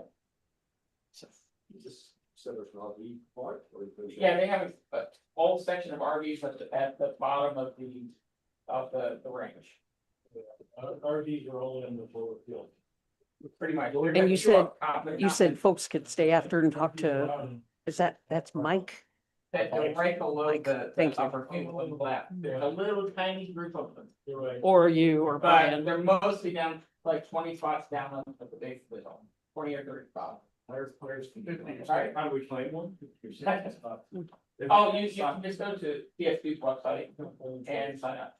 So Mike, you're gonna be around for a little bit after the meeting for Yes. questions? Yes, and yeah, there's definitely some precautions when they make Yeah. your appointment. Awesome. But that's the question, like, where do we set up? Yeah. Well, thank you. Okay. So yeah, stick around after the Talking meeting. about- Yeah, lots of questions, lots of going on. Okay, and I'm talking about elections. Joyce reminded me, I guess I'm the one that sort of runs it. But as is typical, we don't have a lot of people clamoring for positions. So it looks like we're not gonna actually have a vote for anything, but I'll go through them. And the first position that we're looking for new person, because I served 2 years, I can't beyond this, according to our bylaws, darn it, is a president position. And do we have a nominee or anyone who is willing to step up? There's lots of help. There's a whole group that can help you, know what to do next. And basically you come to meetings and keep everybody in line, try to keep yourself in line. Any nominees, anybody online? Why did it kill me? I can't believe it. Yeah. We don't want dead president. Okay. All right, so I just skipped past that. We don't have anybody. We have 500 members in our club, almost 5 or more than 500 members, and nobody's stepping up to be president. There's a hand. I'm not raising my hand enough. If no one is elected tonight, what happens to that position? To the incoming executive committee, the others that are gonna be elected tonight, they will appoint somebody. Okay. You still need a volunteer or somebody, who's willing to do it, but Yeah. it will be an appointment. How much does it pay? The wealthy, not that. $20,000? Right? Yeah, so the idea is that what's that? Anyway, we have until the end of May to find somebody because the new term starts in June. So surely, of all the hundreds of people in our club, we've got somebody who can step up. You don't have to know everything about astronomy. You don't have to know everything about the group or anything. So we just, need a willing volunteer. So there you go. And then the same thing, we'll go on to the vice president position. Guess what? No volunteers for that one either. But let me clarify before I just assume, is there anybody who's changed their mind either here or online for vice president position? My wife still. So vice president essentially steps in for the president when needed, and Joyce has been awesome. She's been our vice president for 2 years. And also is the one that lines up speakers and venues. And it sounds more complicated than it is. Usually, we get help from other people, finding folks to come talk to us. And we pretty much meet every month here at this place, and then occasionally find another place. But yeah, so it's not super complicated or difficult or, any of that. So no takers, so we will move on. Nobody for vice president. And then the next position is treasurer. Oh, I'm sorry. I'm not seeing it on, it's not on the agenda, sorry. So a secretary, and thankfully we do have a nominee, which is Shweta, who has been our secretary now for at least the past year. How long have you been? Just 1 year? Okay, cool. And do we have anyone else who is interested in the position? Did we have any nominees that you guys know of? Any volunteers? Okay, just need to check. Yeah. You might as well just die right now, okay? Okay, so we'll go then, I guess, because Shweta has offered to stay on, so Shweta is our new secretary. Thank you.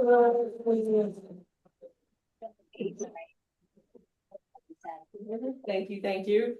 And then the next person is the treasurer, okay? And Charles has been our treasurer for how long now? This is my Third year. So Thank you're you. willing to stay on for a fourth?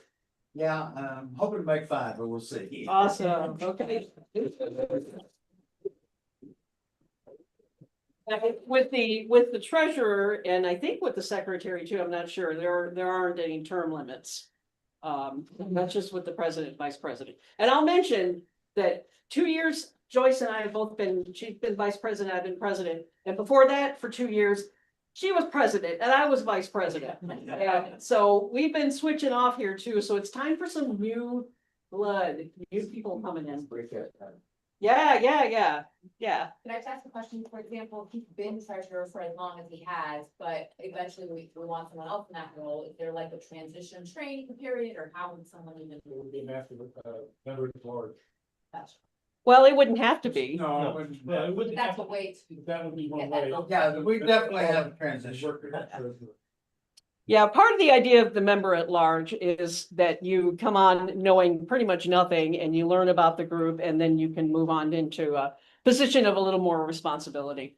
But you can certainly move into treasurer without being member at large too. But and I didn't say specifically or ask if there were any nominees, anybody else who was wanting to be treasurer, but I can safely assume there's not. Okay, so what time do we got? Okay. 13. Next one is communications. Do we have any nominees for communications position? Sean's continuing. Yes, he has offered to continue on, but I just wanted to make sure there wasn't anybody else. Okay, so Sean is going to stay on. Sean, is he still online? Still online. Awesome. Well, thank you. Yay. Okay, and that's communications, and then equipment. We've already talked about that. Greg is our new equipment chair. Thank you for taking the position. Awesome. Okay, and then member services and Terry, who is? We don't have a. We don't have a member services. Sorry, I forgot. Yeah, so do we have any nominees for a member services position? There was somebody who was thinking about it, but then. Joy was thinking. Yeah, but she's decided not to. She's decided not to. Okay. Anybody online? Okay. So no member services right now. And we do have a lot of information both on our website and our bylaws, if anyone's interested, about specifically what each of these positions entails. All right, and then outreach position. Do we have a nominee for the actual outreach chair? Actually, that's you had stepped up and are willing. Nielsa has offered to take that position with some help.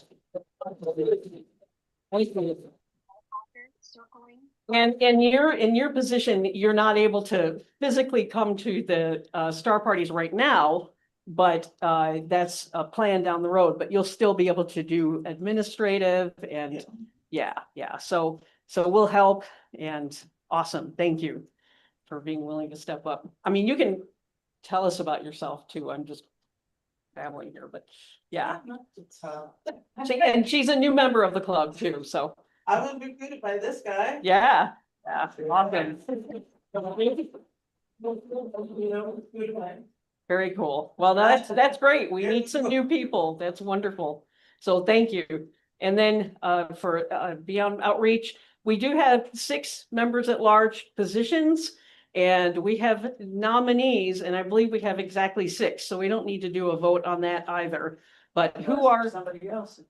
Yeah, who are the 6 that we have so far? We got Brian, who's gonna stay on. Does anybody from the nominating committee have a list? So we know who those 6 are? Yeah. Okay. You have a list? Okay. Rajesh has a list. I mean, we didn't take down names, they can get away. Right? An email was sent to the committee, to EC. Yes. It's coming up. Yeah, thank you. Almost done. Last 6 names. Oh, okay. So Mike? Oh, from Bill. Oh, from Bill Gaverdinger. No. Will's off. I thought, oh, that's right. One second. I hope he doesn't hear me because he's been telling us like 18 times that he is gonna step down from member at large so that there doesn't have to be an election. So that the new folks can join in. So there's Brian, who's been on the committee as a member at large. He's gonna stay on member at large. And then we have 5 new people. So that's awesome. Is it Gent? Gent. Is that you? Yes. Hey, it's Mike Gent. Awesome. Yay. And you're the one who's won an award from the Astronomical League and 3 observing awards. Awesome. So yeah, very, very involved. Thank you. So Mike Gent, Brian, David Kupfer. Is David here? Is he online? David? Yeah, he's there. Yeah, I'm listening. Thank you. Awesome. Hey, thank you. We got Rashida Crawford. Yeah, she's good. She's online as well. Rajesh Garga, who's that? There he is. And then Ramon Sylvania. And I don't know if they're online. Anyway, normally if you're up for election, you do have to be present, but there's not going to be election. No, they take the choice. There's nothing that says they have to be here. Oh, there isn't. So I was disseminating the wrong information. Okay, nice. Sorry, guys. Yeah, don't ask me. I thought it was that, yeah, that you had to be present. But anyway, those are our new outreach, or rather, I'm sorry, member at large positions. And that is, There's somebody else who wants to know. yeah. All the details. I'm confused. Okay, if anybody else wants to be nominated, but really, if you're interested in member at large, you just want to join us and be president. So just to make it official, I'll make a motion that we accept by acclamation all those names presented. Bingo. Second. Yes. Everybody, aye. Yay, okay. And all the rest of the positions are appointed by the president or the EC. So we're done. Thank you. Thank you, guys. And we do need more people. So please consider, even talk to your wife, consider joining us.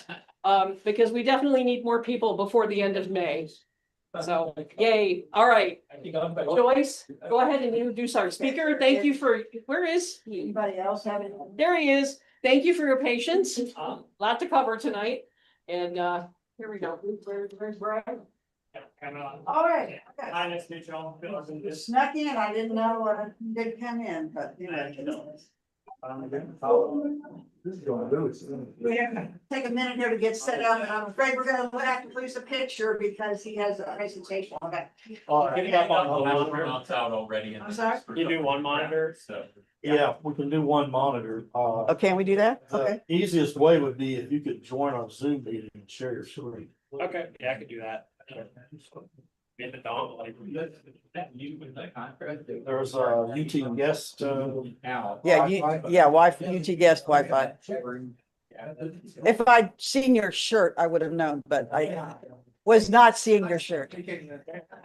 Double branded. Oh, I see that now. Yeah, yeah. all right, I'm stopping the, sharing. Right, splashdown. Twice. Infinite number of choices. Oh dear. One's too many. No, one is bad.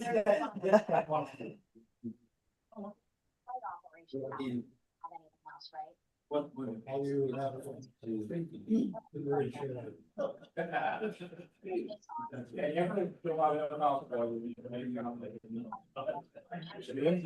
I'm trying to load my email right now. Going a bit slow. There are more cookies and pizza and drinks if anybody wants anything more. One UT gas. Yeah. He wasn't a mistake. And then we're gonna do launch with Chrome here.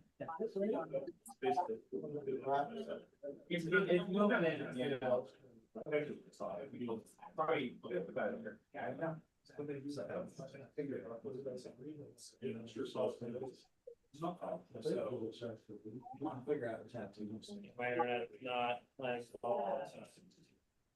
To that caller. Again, further attach it to a line. Really stop up. Basically lifting it up off of the water, just You're not really getting anything from the gas. so.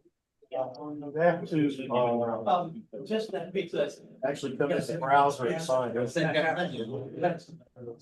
the screen, basically, I'm not a UT student.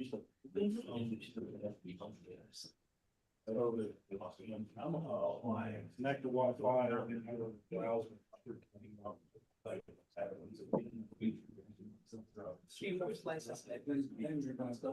If somebody volunteers to be president, we'll get please. You know, yeah, we got a present volunteer gets 4 pieces.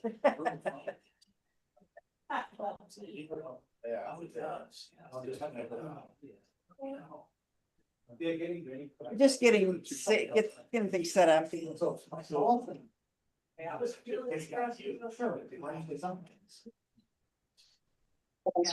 It's okay. We had to do what we did, so don't worry about it.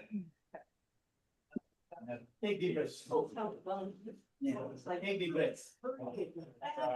Card. I'm really, I can't.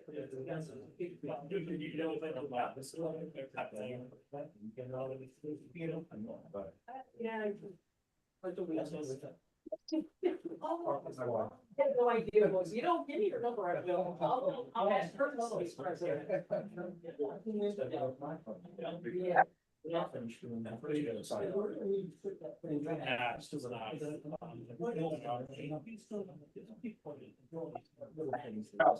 Yes. Resolution.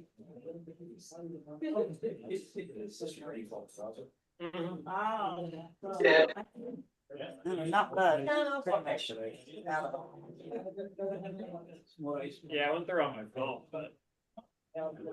There's a couple of pieces, Jamie, but not much. Force myself into that. I don't go somewhere else. Done. I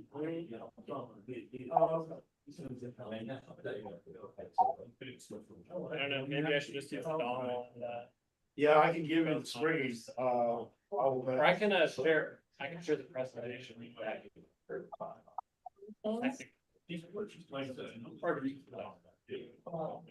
Don was probably gonna be the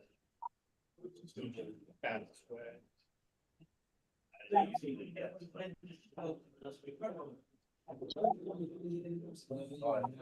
Take it over there. There's a USB-C there on it. Oh, there is? Yeah. That.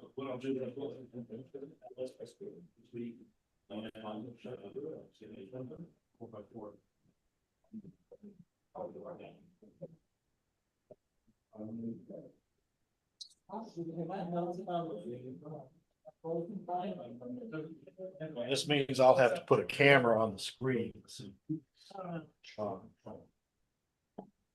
Whatever works. I guess I can move back and forth between him on this. Away from the ship. This will be in on the helicopter. Oh, I still need internet on here. Hold on. Let me. Artemis 2 versus Artemis 2.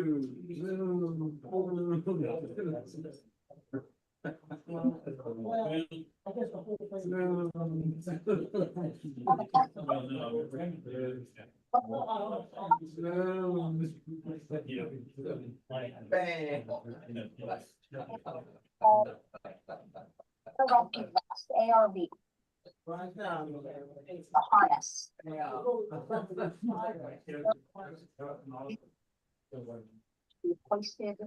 And my hotspot doesn't even want to go down here.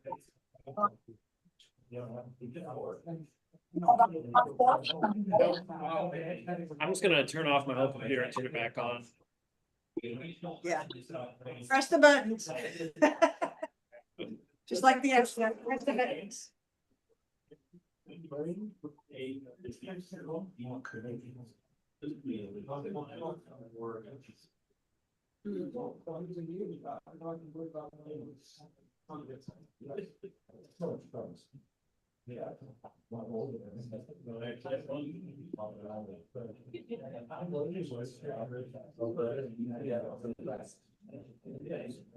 Is this club affiliated with UT Austin itself? Not really.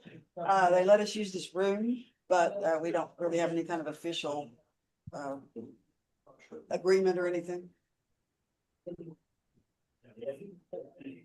It was, we were formed in 1969, and I think it was some UT people that were involved with that, but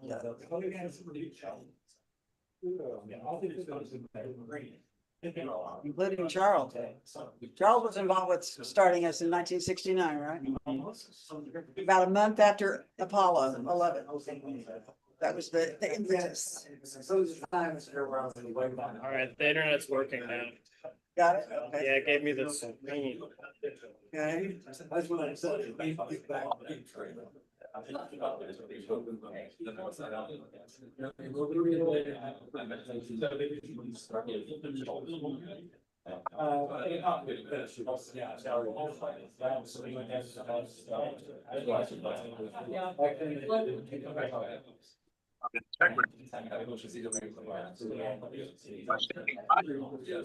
Be extracted.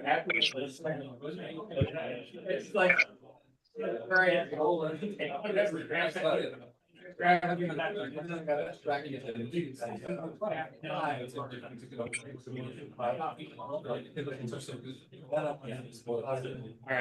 Got it? Yeah. Ready? Okay, okay, we are ready.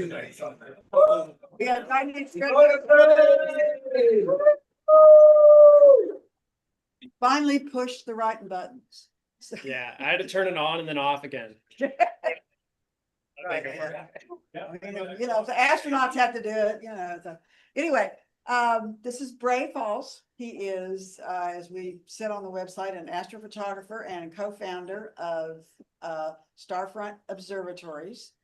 I read about them in the New York Times, and it said Central Texas. Oh, well, that's interesting, and I looked, and Brady, I said, oh, okay, well, let me see if they'd be willing to come talk to us. We're close, and here he is. So we're always appreciative from somebody who is actually in the room. Zoom is great, but it's good to have in person.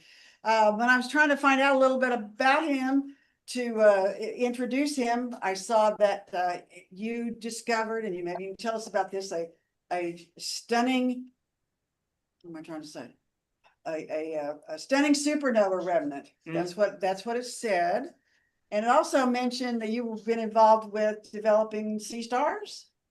A little bit, yeah. Okay. We kind of work with CWO. Okay. The CEOs came out and visited the observatories. Okay, so because we're big on sea stars here. several of us have sea stars, including me. So there's that connection. So I will let you take it away, Bray. Awesome. Thanks for the introduction.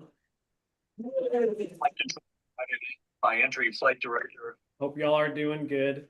This presentation I made is just basically all about remote observatory, all about remote observing. So I'll tell you guys a bit about how the observatory started, and then I don't know how familiar you guys are with astrophotography, but by the end of this, I hope you should feel a bit more comfortable with remote observing as an idea in general. You already gave me a bit of an introduction, but my name's Bray. I'm from Cave Creek, Arizona originally, and I started doing astronomy when I was 13, so I've been doing it for a little over half my life now. I started out with the Orion Star Blast 4.5-inch Newtonian on the really crappy manual EQ mount. Yeah, right. Yeah, that was a blast to learn on. But yeah, I started with that and just my phone up to the eyepiece taking photos. And yeah, so I went to school at ASU for aerospace engineering, and I worked there. Well, I worked at Honeywell as an engineer for a year, and then I decided I didn't like the cubicle, so I quit. And then I just started doing astrophotography full time, like teaching classes, selling prints. And then I decided I wanted to start an observatory because it seemed like a really good idea. So that's what I've been doing for about the last 2 years. I moved out to Rockwood, Texas, which is the geographic center of Texas in the middle of nowhere. But yeah, this is our observatory. This is a shot I took of it. This one's a pretty old shot, actually. But remote observatories aren't really a novel concept, as I'm sure a lot of you guys know. There's a bunch around the world. Even the big professional observatories run remotely. But the thing that we wanted to do is basically just make it affordable for the normal person. I was working on, an astrophotographer's salary for a while, living in an apartment. And it's really hard to get good data from dark skies when you're in an apartment in a big city. And I've been a customer of other remote observatories for a long time, but man, it was super expensive. And I just had the idea like, hey, if I'm feeling this way, there's probably a ton of people that also, feel similarly about the price of remote observatories. And so that was the idea behind our place, is making it accessible to way more people than before. So the most important part about an observatory probably is the site selection. And I'll explain a bit why we chose this particular spot in Texas. One, it's very, very dark. It's basically on Bortle 1, Bortle 2 transition. We have a lot of people that record SQM on a nightly basis, and people have recorded 22 at our site. So it's very, very dark, which is great. But there's a lot of rural land in the United States that's really dark and great for observing. A lot of the desert Southwest is quite empty, but that doesn't necessarily make it a great place for an observatory, especially if you want to put, a couple hundred telescopes in one spot. You're going to be moving a lot of internet data back and forth. And with Starlink, the upload speeds just aren't enough. So we had a bit more consideration there with the actual scalable observatory. And so that's kind of what led us into Rockwood in particular, is that they had really killer internet. So they already had symmetrical 1 gigabit per second fiber going to the observatory site that we chose. So it was kind of ready-made. It had the good astronomy conditions, and it also had fiber. We also have power from the city. It's out there and remote, but it's not so remote that it's unlivable and unsuitable for, building a business. How big is Rockwood? There's probably like 20 people that live there. I think we employ like a quarter of the town as well. So presumably they will support dark sky lighting requirements. Yes. Yeah, they are very dark sky friendly. There's not much out there except for exotic hunting ranches. That's basically the only thing. So, but we are, like 35, 40 minutes to the nearest Walmart. So there is a little bit of civilization there versus, being out in Terlingua somewhere. And you see 935 traffic. Because we're still 35 minutes to Walmart. I've not. Almost ideal conditions. So here's some photos of back when we started. So we started construction in May of 2024, which is coming up on 2 years ago. And we started out with 2 buildings, 100 spots between them. And the first month living out there was pretty rough. We had no internet and no water. So I was just roughing it in an RV. I still live in an RV actually on site, but I have internet and water now. So it's luxurious. Luxury. Yeah. Yeah, lots of creature comforts there. But yeah, these are the first 2 buildings we started with. They were wood. We quickly learned that wood is not great in Central Texas with heat and warping and whatnot. So we we iterated on our design as we've gone along. And here's some other earlier photos of the site, which are really nostalgic for me to look back on. This building here on the left, this was our pier welding station where we used to weld the piers for all our telescopes together. Now it's our shipping building and it has walls on it. And there's a building number 1 down there on the bottom right. Building number 2 isn't even built yet. So this is what the observatory looks like now from above. Building 1 and 2 are down here on the bottom right. I number them out of order, so it goes 2, 1, 3, 4, 5, 6. I like keeping it in chronological order, which is funny. A lot of customers will come by and they'll be confused, like, why is this building 1 and why is this building 2? Like, this is how it was when we started, so I'm keeping it this way in my head.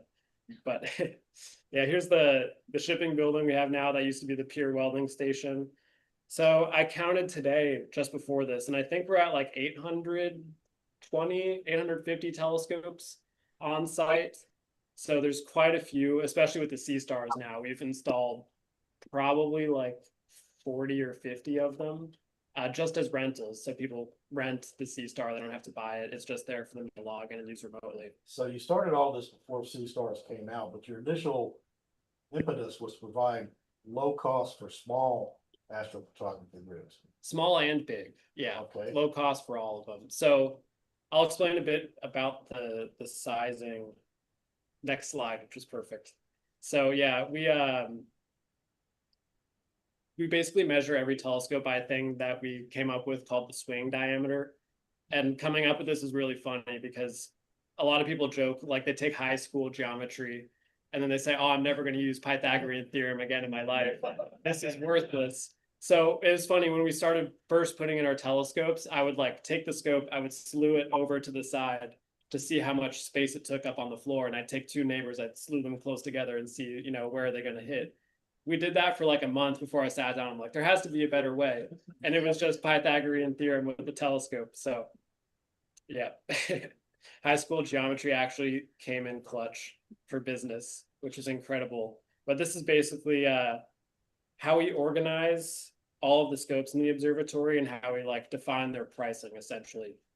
So swing diameter is just how much space you take horizontally projected onto the floor for a telescope. The bigger the scope, the more you pay. We go up to 96 inches in diameter is the largest tier that we have, and we only charge like $3.99 a month for that. So you could have a 9 inches for the swing diameter. Okay. Yep. So you could fit a plane wave CDK 24 in that. We only charge $400 a month, whereas you know other places you might find that for $3,000 potentially. So yeah, we're trying to cut the cost for basically everyone. But this is how we ended up figuring out how to define how big a scope occupies on the floor space. It's basically how you measure from the right ascension axis. I don't know if you guys are familiar with an EQ mount, but on right ascension here, the whole scope can swing from east to west. And then it's basically the distance from that pivot point to wherever is furthest out on a setup. So it changes from setup to setup. Here you can see we kind of measure it as well with flat panels in mind. We don't want any scopes, you know, bumping each other in the observatory. And in case someone leaves their flat panel open and then slews it into someone else, that's the situation we want to plan for. So we always measure, you know, from that point up to the biggest possible point on that system. And that's how we classify the space that it takes up on the floor. So that's basically how we're able to make it so cost effective for a lot of people, is we're able to really efficiently use the floor space of the building. And our buildings are about 30 by 40 feet, and we can fit, the most dense building has 100 telescopes in it. So because we're able to make use of that floor space, we can pass those savings on to the customer and just get lots more telescopes. So yeah, we have 5 tiers. I think there's sea stars, which we charge $99 a month for, but I really like it to be less. We have minis, which goes up to about 32 inches. That's $149, then it goes $199, $299, and then $399, all the way up to like the size of a CDK 24 essentially. So that is how we did the floor plans and everything else. So with all these telescopes, I figured I'd run through and tell you guys everything you need to know about a remote astrophotography setup, because you know we've seen a lot use cases of things that have gone wrong with a lot of people, things that have gone right. And so I'm gonna pass that knowledge on to you guys. Here's a little collage I made of, this isn't even all the telescopes here on site. I think this is 350 of them. And like I said, there's 800 now. Every time I install a telescope, I take a photo at sunset of the person's scope and I send it to them, because it's a lot like a yearbook photo or seeing your kid go off to school. And you know, these are people's children, and they love seeing photos of them. It's about the best thing. Yeah. One is yours. Oh, I don't know if mine is in here. Or the inflatable Yeah, no, I didn't upload photos of my own scope to where I stored the customer photos, but I actually have like 5 telescopes at the observatory. And here's a bunch of the photos that have been taken. These are just, I think, 250 images that I just ripped off of Astrobin, taken from the observatory. These ones are all like top pick award image of the day.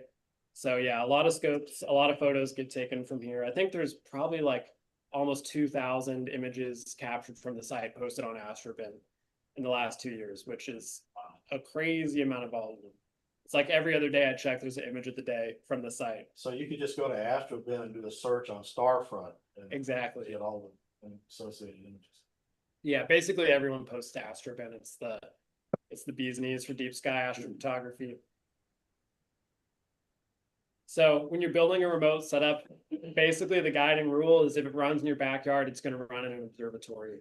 A lot of people, they don't like remote observing, like in their head, but then they go and they run their setup in the backyard and they go into their home office and run the setup from there, which like philosophically, there's no difference between the backyard or being like 300 miles away at the observatory. It's just, you know, how good do you want the skies to be? So every single remote setup basically has these same exact parts, and I'm going to talk about all of them. Yeah, these are 2 setups I picked out. This one is actually my first telescope that I put in. You can notice the pure plate there looks a little bit MacGyvered. This is a more recent telescope we put in. Looks a lot nicer. But basically everyone has, you know, a pier where the telescope sits on. It's a big metal pole that we manufacture locally and we just provide to everyone. So they don't even have to think about pure plates, pure adapters, or any of that stuff. It's just there for you. Everyone gets a power connection at 120 volts AC, and then they get an Ethernet. And then most people choose to use equatorial mounts. It's the best for astrophotography. Yeah. If you've done it before, you'll understand. Yeah, everyone's got a telescope. Everyone has a camera, an autofocuser, an auto guider, and such. But I'll go ahead and talk. Do you have an amp limit? A what? An amperage limit? Tonight. I don't think we do. We haven't had anyone that's pushed it. Thoughts? I don't think. If someone sent me a microwave, I might. But you probably have several scopes on a single circuit. Breaker. Overrun? Each scope doesn't have its own breaker. No, yeah, each building has a breaker. Just want to be part of it as we watch. We haven't ever hit an amp limit or a breaker limit with the building. Vehicle and, occasionally we've hit it with the motor where like always if there's a lot of wind or something, or if someone left something on the building rails and the motor overworks, then it'll trip and then the roof will stop. But they worked so hard over the last 10 days, no sleep. Most important thing with the remote setup is obviously you're not with it with your own computer, so you've got to send a computer with your telescope to actually be able to use it. So this is basically what people opt to use in the most cases. Fun fact, you can actually use an ASI Air remotely, which is pretty cool. I didn't realize it until we started the observatory and people started asking about sending us ASI Airs. But you can use them just as if they were in your backyard, and they have an Ethernet port, so it's really great. I don't know if you guys are familiar with ASI Airs at all or have done astrophotography with them, but it's like a little Raspberry Pi with a really neat UI that's super easy to use. And so a lot of people are super comfortable with that. They don't want to switch to Nina or PC. And so they choose to send those, and they actually work great. I don't think we've had any of them break on us yet because, you know, a little Raspberry Pi Linux is super stable. And basically what we do is we give you a VPN, and then you turn on the VPN on your phone, iPad, whatever, and then you just connect to the ASI Air as if it were right next to you. And then people get their files off of it just by attaching like a network folder off their IP address. And then you can download all your files as if you're right there in person. So it's a pretty neat system. There's other computers as well, like standard PC Windows stuff. Prima Luce Eagle is one we see a lot. These ones have their own power ports, so you can, run your devices and such from the computer. It's pretty handy. Worry about The most common ones we see though are the B-Link or the Melee mini PCs. These are like Intel mini PCs essentially. They're super cheap, like $300, and they run great. We have hundreds of them on site and they work really well. Melee quieters are also really popular PC. They don't have any fans on them though, so they get real hot in the Texas heat. So some people choose to throw a heat sink on them like that just to keep them cool throughout the day or the night. The Empire I wouldn't recommend stacking on one of them though. That would melt it down. coverage seen on baseball stadium around We have basically every type of telescope at the observatory. Even when new ones come out, I'll usually see it within like a week of something being released. Like the new Ultra Cat gets dropped, and then 5 days later, I open a box like, oh hey, cool, the new scope. This looks pretty neat. So yeah, I think the only telescope we don't have is like a Mac Cass. That's the only one we haven't seen. We have Maxitov Newts, the Delta Rose, classical Cassegrains, Rossas, Epsilons, Newtonians, and a boatload of refractors. Refractors are probably the most common thing we get. It's probably like 70-75% refractors. What's the biggest refractor you have? We have a I think it's a 181. We have two 181s on site. We have a William Optics 181 and what's that other fancy telescope company? Stellar View? A Stellar View. Yeah. We have a Stellar View 180 as well, and they're big. So not being for why such a predominance of refractors? Because they're very easy to use, and most people have just bought them because they're easier to use in the backyard. So it's just kind of a natural path. Most people already have one, and most people just will send one out. I like seeing refractors personally because I don't have to collimate them. So refractors are my favorite as well. Question? No collimation, eye contrast. Yeah. Why a lot of visual people like them, eye contrast for that. Yeah, the contrast is great. I have a bunch of Rasa telescopes and they're f2, but compared to like my FSQ 106, you can tell like pretty plainly the contrast is better, even though I'm running it at like f3.6. So I'm a fan of refractors the most myself too. Yeah, here's a bunch of the refractors we have. Like I said earlier, we have a 181, which is about the biggest one we have. And basically any refractor you get works really, really well. Even the cheap ones like from ASCAR, ZWO, have been really great. My favorite ones are the William Optics, the WIFD refractors. A lot of people will try to hang a bunch of stuff off their imaging tray, like the rotator, the OAG, the filter wheel, and then everything gets really heavy and then it sags and the pointed zenith try to focus and it's not going to go. But with the WIFD, it moves the actual frontal lens element, so you don't deal with any weight or sag off the back of the image on the tray. So those ones are really good. They're also more stout, so you can fit a bigger scope within the same tier size. So you get more scope for the price per month, which is great. The only refractors I don't really like are the Skywatcher Esprits. I don't like their focusers. I have a vendetta against them, but they're great. Yeah, I have two FSQ 106s on site. Those are the refractors I choose to use mostly. I'm kind of a Takahashi snob.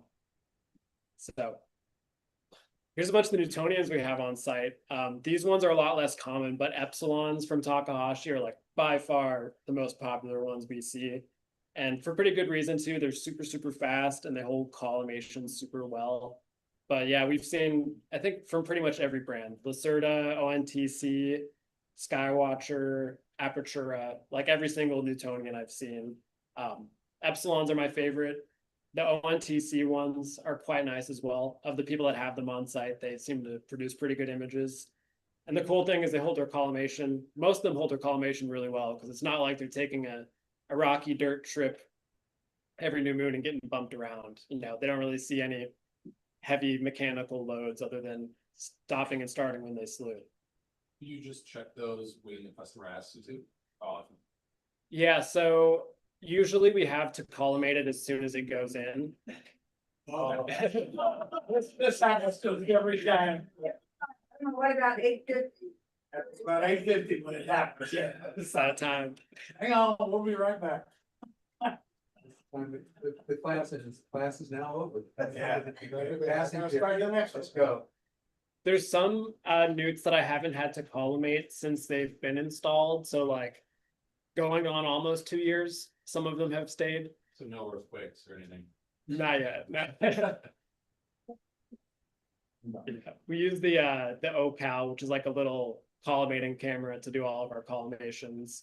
We've tried like just about every method to doing it consistently. Like we've tried the Howie Glatter method, the Takahashi Epsilon scope, and they've all kind of been inconsistent for us except for the OCal, which has been pretty good, but it's hard to use. Like I don't know if any of you guys have tried the OCal, but it's basically a little camera that stares down the eyepiece where your camera would go.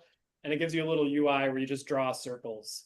So you're like looking down the tube, you see all these mirrors and reflections, and they don't give you any tutorial about how to do it. And you're just left to draw circles around and crosshairs and then move things.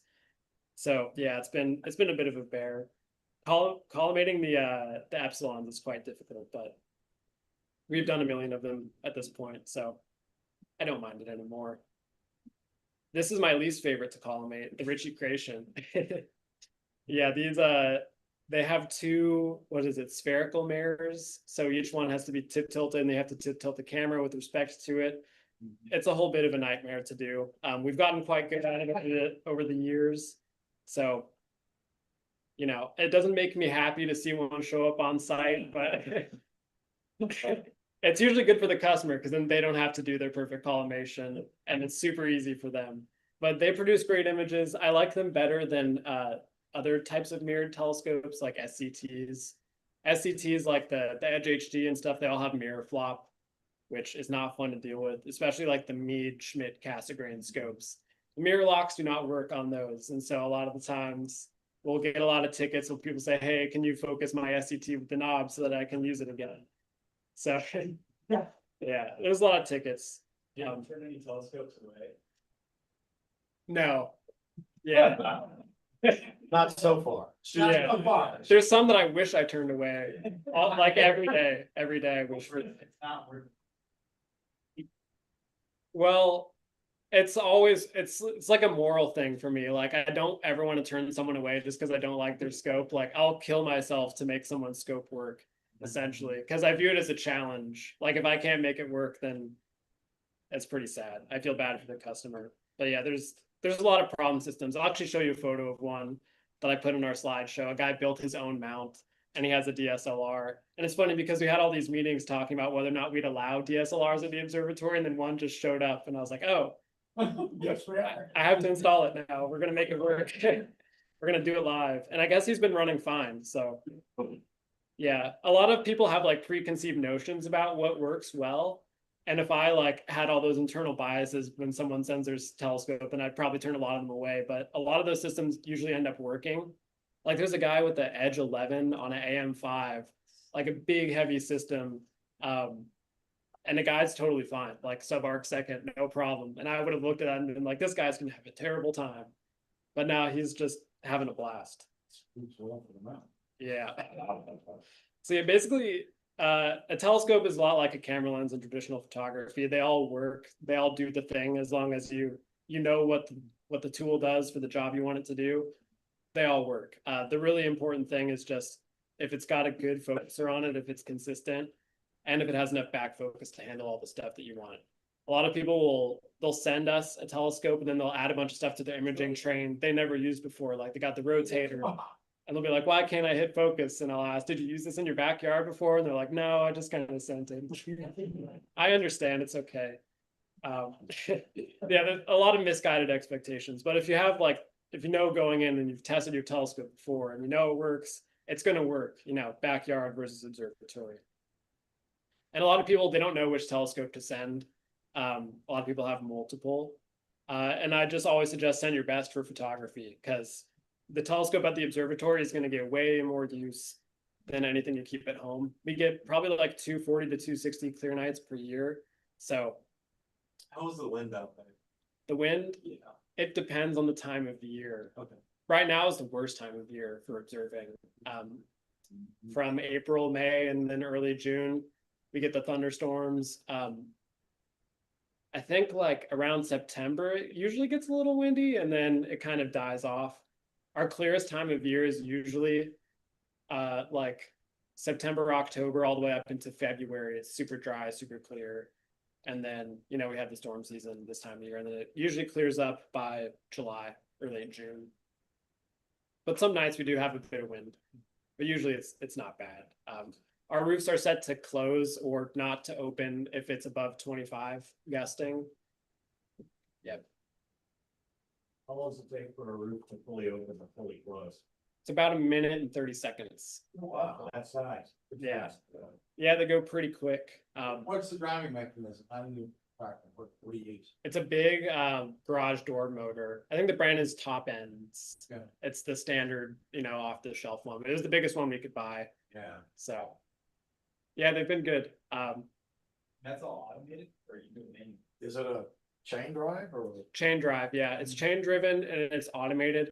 We were running the Sky Alert and the Sky Roof system for a while, but like that's great for one building or two. But when you have 14 buildings, it's a terrible time. Like we had a PC for every building, and then I'd have to Chrome remote into every PC and then close it and open all those. And if something didn't work, yeah, there was no batch way to handle the roof. So we actually coded our own roof control software to do a open all, close all, and troubleshoot all of them at once. Because, you know, like if you have all the roofs open and there's a thunderstorm coming in and you forget to check, you know, observatory number 14, like what are you going to do at that point? It's a bit scary and not scalable at all for a solution. So yeah, we use all the same Sky Alert hardware, their boxes and sensors, but we just have our own software on top of it.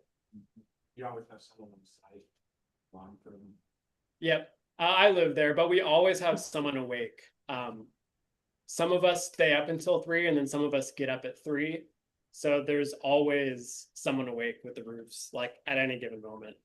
You say us, you talk about 2, 3, 4 people? So I'll usually be up until 3. It's called Roof Watch. So we have like 2 official roof watchers that hand off like around 3 in the morning. I'll usually be up, and then another guy on site will be up, and then someone else on site wakes up and watches it. But people also watch remotely whenever we decide like, hey, I want to actually have a normal sleep schedule for a week. We have like a whole security camera set up with, we use Anki security cameras. We have a big pole with like 4 cameras mounted. So I have a 360 view of the weather at all times, and all sky cameras. And we have cameras on every single roof, so you can see what all of them are doing. So yeah, it's stressful. Like there's, I don't know, like $3 million worth of stuff that I asked you about your liability insurance. yeah, so like our stuff is covered, our buildings, but we can't insure people's scopes for them because they're not our property. So each of them have to get their own personal policy, which, you know, is quite difficult. A lot of people have struggled to get a good insurance provider because they're very confused by the business. So you don't have one that you could recommend to them. They have to find their own. Yeah, a lot of people have success with USAA, but that's kind of, you have to have a service member. Seems like this many people, you could kind of get some particular company pretty interested in insurance. We've tried. We've been through like 3 of them, and they'll be like, okay, we can do something, and then they'll say, never mind, that we actually can't. It's like an active point of research for us. So yeah, if I could insure everyone's telescopes, I would. It would make me feel a lot safer. But yeah, apart from all the fancy telescopes, we also have sea stars, which are kind of the telescopes I'm most excited about these days, because they finally put in a remote control natively into the app, which has made it so that we can actually rent them out to people. This is something like we've always wanted to do, is to make astronomy accessible to just the lay person trying to get into it. Maybe they live in a city, and even if they use the sea star in the city, it's not going to do anything. So once they came out with the remote function on that app, it made it possible for us to get these things going and renting them out to people. Before, you had to have a Mac Mini or PC, and you had to run a phone emulator on the computer, which is janky, and it costed like $600 per setup extra, which is not really scalable when you want to do like 100 sea stars at a time. That's a lot for Mac Minis. But Way overkill. Yeah, seriously, and it like hardly works. The native app works great though. So I was questions. Wow. Sorry, Greg. But do you have any insight on S50 Pros or S80s or S? they're working on some stuff for sure. Yeah, they'll probably have something soon. I talked to Nancy at CWO. I saw her at the Winter Star party and I kind of asked about it. So What's the swing radius of an S30? Yeah. to get a good elevation angle, it's like a foot, essentially. A foot gets you 30 degrees on the east-west. And you can see we stack them, you know, elevated on the north so that you get, yeah, we call this the C-Star bar, actually. How does the CS or C-Star rental? So you just sign up for the subscription on our website, and then we give you a login for the C-Star app that's paired already with one of the C-Stars, and then you just use it from there. So I see the bars, and you have these on apps, but the previous picture, it looks like you had a couple of those. Yeah, so these ones are actually not rentals, they're customer scopes. I'm trying to design a wedge right now that's a bit more scalable than these ones. Otherwise, I would have all of them in EQ already. But when you're paying like the William Optics wedge is $200 or something crazy, which I don't want to do that, especially because they're all at the same latitude. I should be able to just get like a metal bar and angle it for our latitude. So that's what I'm working on now. I wish I had a photo of the prototype. We actually just got our first prototype for a wedge in last week, but it was a bit flimsy, so it like boing, a bit too much in the wind. Has anybody approached you to gang multiple C-Stars together like a dragonfly array? I want to do it really bad. I'm going to do it myself. We actually have like 30 S30 Pros on site that we're turning away to customers for rentals. Once they all get installed, I want to like take all of them over for a couple nights and use them like a dragonfly array. Yeah, I've thought about it because, you know, when you get all of these together working on one thing, it's pretty great. But yeah, we chose to put these C-Star bars where they are because our roofs roll to the south. So we have a north wall that's immovable, and hinging a north wall on a building like out of galvanized steel is very, very expensive. So we obviously can't use the first like 10 feet of space on the floor because if you put an EQ mount right up against the north wall, you're not going to see anything and you can't pull or align it. So the great thing about the C-Stars is the amount that they move relative to their base is so small, you can just shove them right up to the north wall at the edge and you still get the same angle, but you can actually use the floor space. So do you drop your south wall? No, the south wall it goes with the roof. So yeah, it's like 4 foot on east, west, south, and then 8 foot in the north. And then the south wall and the east, west walls, half of them go with the roofs when they back up. So yeah, typically people can get really good elevation angles from our site. There's a guy that shot the Vela SNR last month, which was pretty crazy. It was probably like 5 degrees southern horizon. So you can get down low. Do you know if anybody was shooting an SA marathon this month? Yeah, there were some people going for it. I think some people were able to do it in March with that high pressure zone that got super hot. That was a really, really good window. But here's some photos I took with my C-Star. This is with my my basic S30. This one was in EQ mode. But yeah, these are about 6 hours of exposure. This one's on M42. Here's the Horsehead Nebula. So, you know, it's not bad for a $400 telescope, I think the S30 is. Yeah, this is just the bog standard. Yeah. Stacked in pics inside and then Photoshop editing, of course. So it's, I'm really milking it for all it's got, but it's really not bad. Like if you were starting Astro 10 years ago, you would have had to drop $3K on the setup to do this. And, you know, only a couple $100 is pretty great. So let's talk about the mounts, which is a really a big point of discussion on remote scopes. A lot of people think you need like a pair mount or astrophysics or a 10 micron to do remote, but you really don't. We have all types of mounts. We even have the Skywatcher Star Adventure GTI, which is supposed to be like a portable travel mount. But we probably have 10 of them on site, and they've never given us any issues, which is super cool. A lot of other observatories have probably laughed that away. I know other observatories have laughed away the sea stars before. So yeah, this is getting rid of your internal bias to see what setups work. And it's surprising how well they do, especially compared to other things. But yeah, we've seen basically every mount you can get. The biggest discussion on mounts is like whether or not you need premium or not. You definitely don't. I've had more problems with BISC mounts than I have with ZWO mounts, actually. I've had to tear apart probably like 6 or 7 BISC mounts that cost, 10 to 20K, but never an issue with the Skywatcher Star Adventure, which is really saying something about premium mounts. I ran Claude on our, we have a Excel sheet that lists every scope at the observatory, and I asked it to do a breakdown of all the mounts we had. I don't know if it got it right, but this is pretty realistic in my head of what the distributions should be. We have by far AM5s, AM3s, ZWO stuff the most of. And they work super well. They're killer. You'll notice we also have a lot of EQ6Rs because that's a very ubiquitous telescope mount. But a lot of people are a bit worried about using them remote because they don't have a homing function. So let's say you're imaging like M42 randomly and then the power goes out.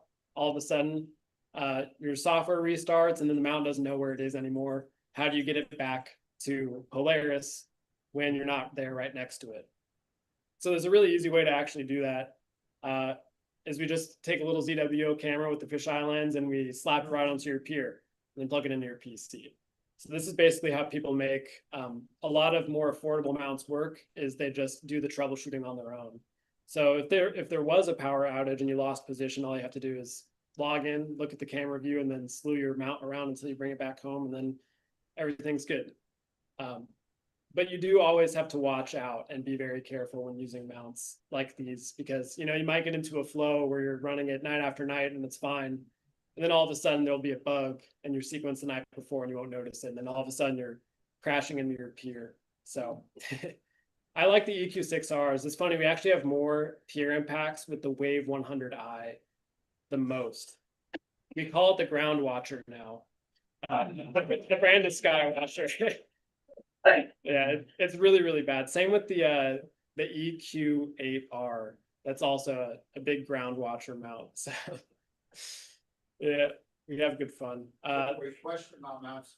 So you have a lot of those AM5s, but I swear there was a recommendation for a long time not to send 5s, send like the C10 Yeah, it really depends on how heavy your OTA is.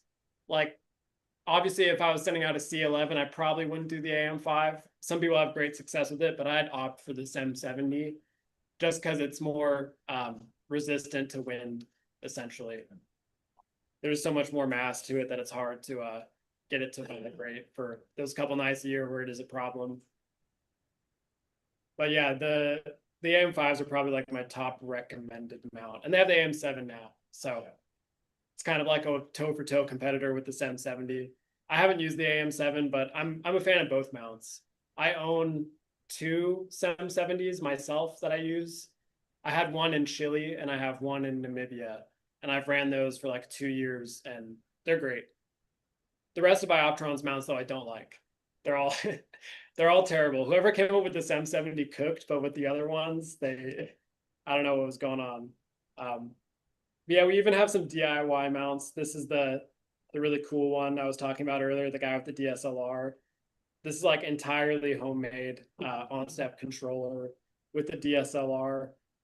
So just an absolute jerry-rigged setup, but it's going well for him. All right, so for the cameras that people use in the observatory, I chose this photo to show the cameras because you'll notice that everyone has a little red cylinder on the back of their scope. It's because everyone uses ZWO stuff. And with good reason, it's kind of the best software-wise. It's just the most consistent. We've gotten a lot of other types of cameras too, like QHY, FLI, Attic, Moravian, basically everything. And the ZWO stuff just works.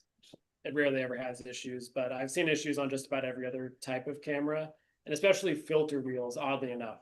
We've had many QHY filter wheels bite the dust, Moravian stuff bite the dust, so ZWO has just been so far the most rugged of what we've had, which is good. So really important discussion. A lot of people go through in their heads when they're sending out a remote telescope is whether or not you want to do one-shot color or monochrome. Basically with one-shot color, you know, you get your RGB, your full color image in one shot. Versus in mono, you're in black and white and you have to have a filter wheel and you have to deal with all the fancy editing and that extra complexity. For me, I see a lot of people send out an OSC set because they think it's going to be easier and then they regret it after, you know, one moon cycle because they realize, you know, I could have had so much more time if I was in mono and I just learned how to edit the mono data. The thing with remote imaging is you're going to be shooting under the moon way more than you probably would in a backyard because your telescope's already there, and if the roof's open, you might as well use it. So people will do, you know, hydrogen alpha or sulfur 2 during those parts of the month, and that lets you get a lot more exposure time, and that's just something you can't really do well on a one-shot color. But the one advantage of one-shot color is it's great for comets, the moon, or planets, or anything that's like a time-sensitive object. This is an image I took of Comet Lemon when it came around last. I kind of cheated with this. This is with, I have 3 Rosses in tandem on one telescope. So I use them basically in one-shot color mode, even though it's 3 monochrome cameras. And that lets you get, you know, a bit more comet details. For focusers, you can probably tell I'm like a shill for ZWO at this point. I love ZWO stuff because it works. They don't pay me or anything. I just like seeing ZWO stuff because then I don't have to work on it. And I know it's going to be fine. Yeah, ZWO EFs work great on like basically every single telescope. A lot of people have some heavier stuff, in which case Moonlight or Optech focusers are really cool. They're expensive as hell though, but if you're hanging a bunch of stuff off a scope, it's a good idea. But you know, you just got to go back to the rule, which is if it works well in the backyard, it works well remote. All those same rules hold. And likewise with auto guiding. We get a lot of people that send us some janky auto guiding setups. This guy's name's Nick. He sent out a little tiny telescope to go on top of his other telescope for the triple stack. We made fun of him a lot for differential flexure because his setup is one that I would say is very prone to differential flexure, which is basically where the guide scope sags relative to the imaging system, and then you'll have good auto guiding, but your stars will look bad in the photos. And that's basically just because you don't have a good enough mounting system for the guide scope. So that's the only thing to pay attention to, really. I'm an OAG fanboy personally, even with the wide field rig. I like the OAG because you set it and forget it. The OAG will always follow the focus of your imaging system because it's just a prism that uses the same light you're imaging from.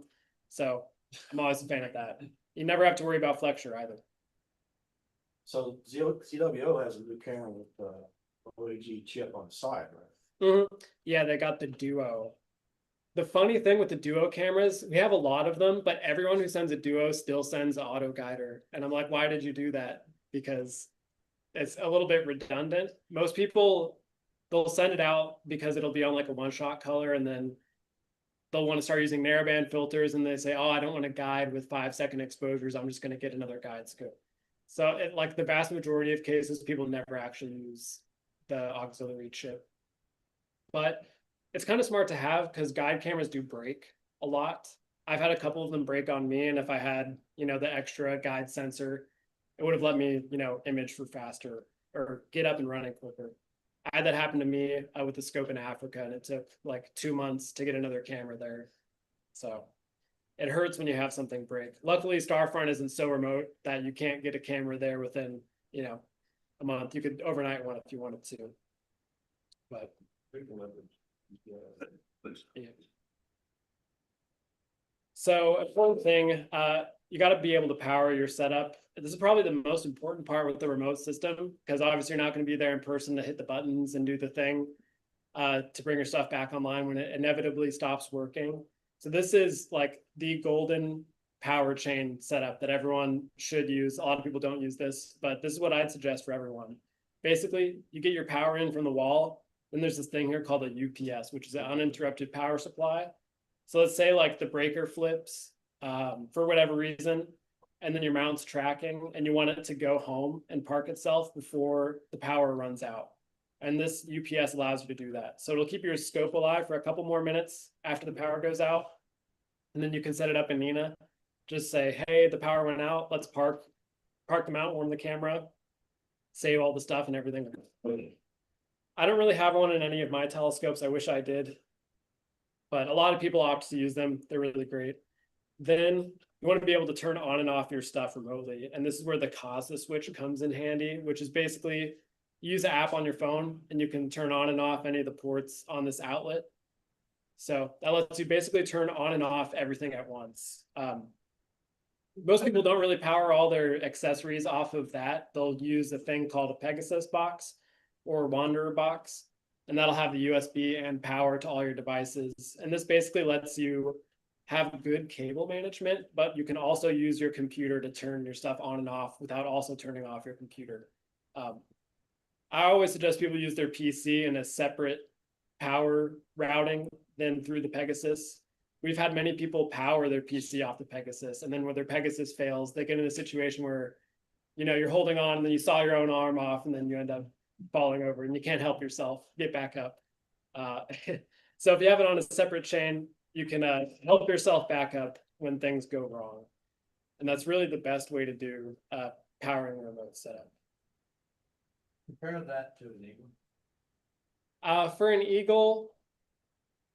Eagle is basically like if you wrapped in the Pegasus and the PC into the same thing.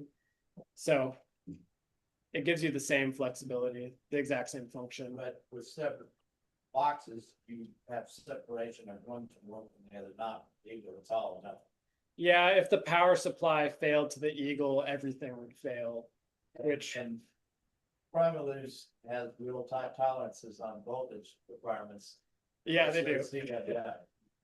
Yeah, I'm all too familiar with the voltage tolerance. I had a camera that, like, when it connected, it would just shut down everything, like hard fry the whole system.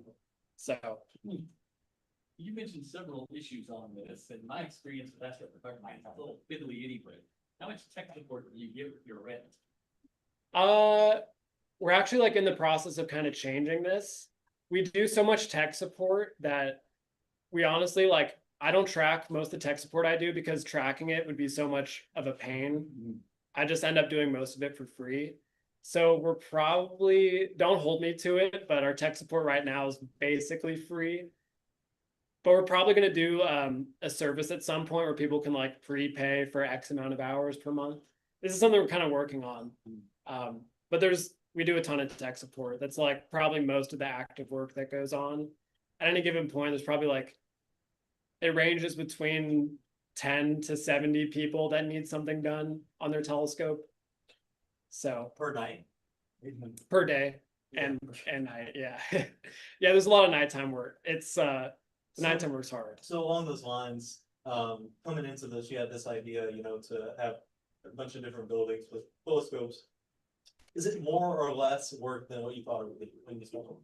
I mean, you knew that it was going to be thin. Yeah. It's probably more than I expected. And the worst part is a lot of the work on people's systems come from their own decisions going into it and like trying to help people out of the hole that they've dug themselves into. Like with my telescopes, before we started the business, I'd never had anyone touch my telescopes in like a year and a half. And that's like the ideal customer is you have the setup that works and we maybe stop by it like once a year or so. And we kind of find that's the case in the old buildings, like 1 and 2. I don't go into those buildings very frequently, like maybe once a week. I have to set foot in there because everyone in those buildings is like a pro at this point. But the newer buildings, it's like a constant fight. And a lot of people are changing stuff on their rigs all the time. Because a lot of people have gear acquisition syndrome. And they want to be the tinker, but they also want to do the imaging. And a lot of people struggle between like balancing both sides of that hobby, being able to tinker, but then also actually locking in and taking some photos. So you guys are doing the work though. So that's yeah. So how often does the customers actually show up to site? All the time. So we don't let people stay overnight or at night. But people can come drop off gear, they can pick up gear. We've let people collimate some stuff before on site, so we get visitors like every week. My impression was they shipped the stuff to you and they weren't welcome to come in. You handled everything. No, they can come, yeah. I kind of like it more when people show up, because their telescopes hold collimation better. And when they drop them off themselves, they usually leave them cabled and everything, so they're really easy to set up. Like if someone brings me an AM5 with a refractor, all the cables are done, it takes me like 10 minutes to So actually. most people actually bring the rigs initially themselves, or do they ship? Probably like 25 to 30% of people bring them in person. Do you have anybody ever ask you to tell them what to buy? All the time, yeah, constantly. All right, Yeah. so What do you say? Yeah, buy ZWO, please send me ZWO stuff, because then it's not a lot of work for me to deal with. That's basically it. A refractor and ZWO AM5. You're gonna have a great time. Yeah, but I'll take any setup. Like I don't turn anyone down, but I'll take anything janky. So yeah, this is I took this photo maybe 2 months ago. I like climbing on the roofs a lot, so I'll get like the shot looking down the row and get all the scopes together with some focal length compression. But yeah, overall, the same rule applies. If it works in the background, it's gonna work out here. And yeah, I mentioned this a bit earlier, but a lot of people like to change their setups a lot. They'll finally get it working and they'll be like, okay, let's tear it all down and start fresh. And then they don't actually take any photos with it. But yeah, if you just leave your setup as it is and you like dive deep with it. What was that? That sounds like I-35. Yeah. Always construction. Yeah. Yeah. If people just stuck with their one setup and used it, they'd, be able to do the astrophotography, which is the whole point. So how many scopes operate off of one gig fiber drone? All of them. Yeah, everyone gets Ethernet. So it's the 1 gig is shared amongst all 800 scopes. We have a bunch of lines. I think we have 4 lines. So like if you measure it at the pier, I haven't done it in a bit, but it's probably like 600 to 700 megabits per second up and down. So it's very, very fast. Fast enough to move basically everything in real time. So I have like a Dropbox folder where I just download all my stuff as it comes in.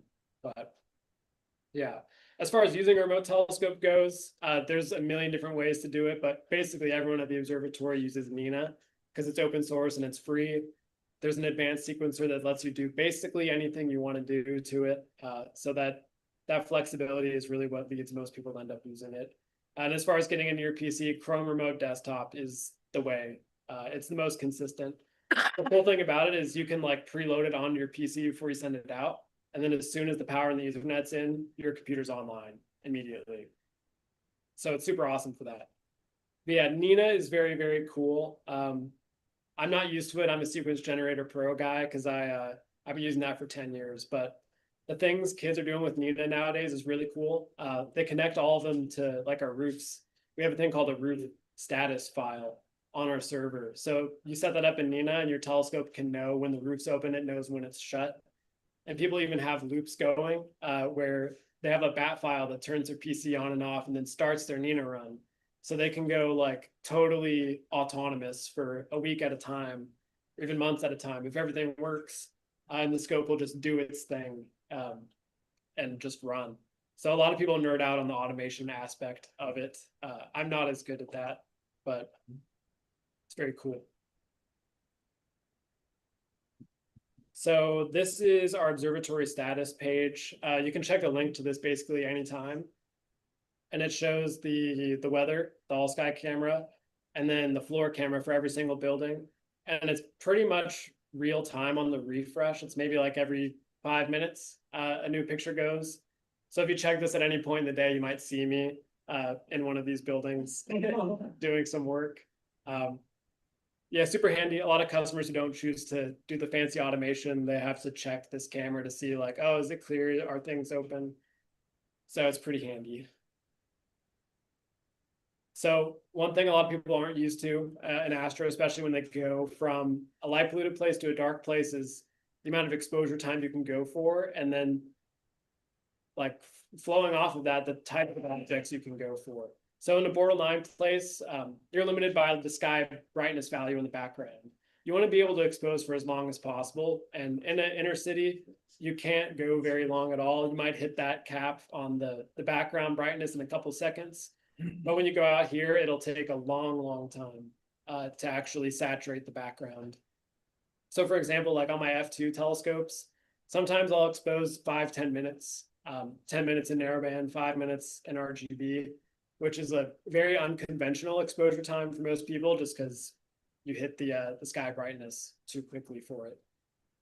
And narrowband especially, man, in narrowband, you could probably go like 30-minute long exposures, like from the CCD era, if you wanted to, and it would probably be better, especially for super faint objects like this supernova remnant. Do you have anybody doing collecting scientific data, just like Like spectroscopy? Spectroscopy, or there's some amateur spectroscopers on site. There's some people that do like planetary transit stuff. exoplanet? Yeah, exoplanet. Yeah, there's a lot of people that do that as their hobby. We don't have any institutional people yet, but some people do some scientific stuff, like when they do collective imaging and you get like 20 people looking at one thing. Sometimes you can discover some new nebulas, which is pretty cool. This is one I did similarly. This is a new supernova remnant in Cassiopeia. This one is the same size as the Veil Nebula, so it's pretty cool. Super faint. I think this image is 260 hours of exposure time with a bunch of people, but 260 is like nothing these days. There's people that have dumped like 2,000 hours into an image collectively. So is that blue all oxygen or? Yep, O3. Yeah. Wow. Do you guys know Messier 40? Yeah. That object? A bunch of people for April Fools, they did a collective image of Messier 40. They did like 800 hours of exposure time. Double star, right? Yeah, it's a double star. And there was nothing in the field. They just sent it for like 800 hours for fun. It was the funniest thing of all time. Anything there? Background galaxies, that's about it. It actually looked really cool. It was kind of like a Hubble deep field with all the galaxies, but it was the funniest troll post of all time. But yeah, the having the remote scope gets you the time, which gets you the exposure, and the dark skies let you go for objects that are really, really weird, which is my favorite thing personally. And I just put in some screenshots of some tools I use for exploration. This is Aladdin, which is it's a free astronomy research program where you can basically look at any survey, like any catalog, and you can kind of use it to surf the night sky, and pair it in conjunction with something like CDS, where you can like look at cataloged objects and do research. It's a lot of fun to get off the beaten path. Like a lot of people will do all the Messier objects, NGC stuff, but sometimes, you know, you can just look through a narrowband survey and say like, hey, this weird blob is kind of cool looking. I'm going to take 40 hours of exposure on it and see what happens. And that I think is the most fun part. What's your exploratory tool there? Aladdin. Aladdin. Yeah, Aladdin. There's a web version called Aladdin Light. It's very good. But yeah, the survey I like, one of the ones I like is the Think Binary Hydrogen Alpha survey, which is kind of like a low res but super deep HA survey of the whole sky, and you can like zoom in and just go exploring basically. So here's some weird objects that I've shot from the observatory. These are ones that would basically be a very bad time to do from the backyard.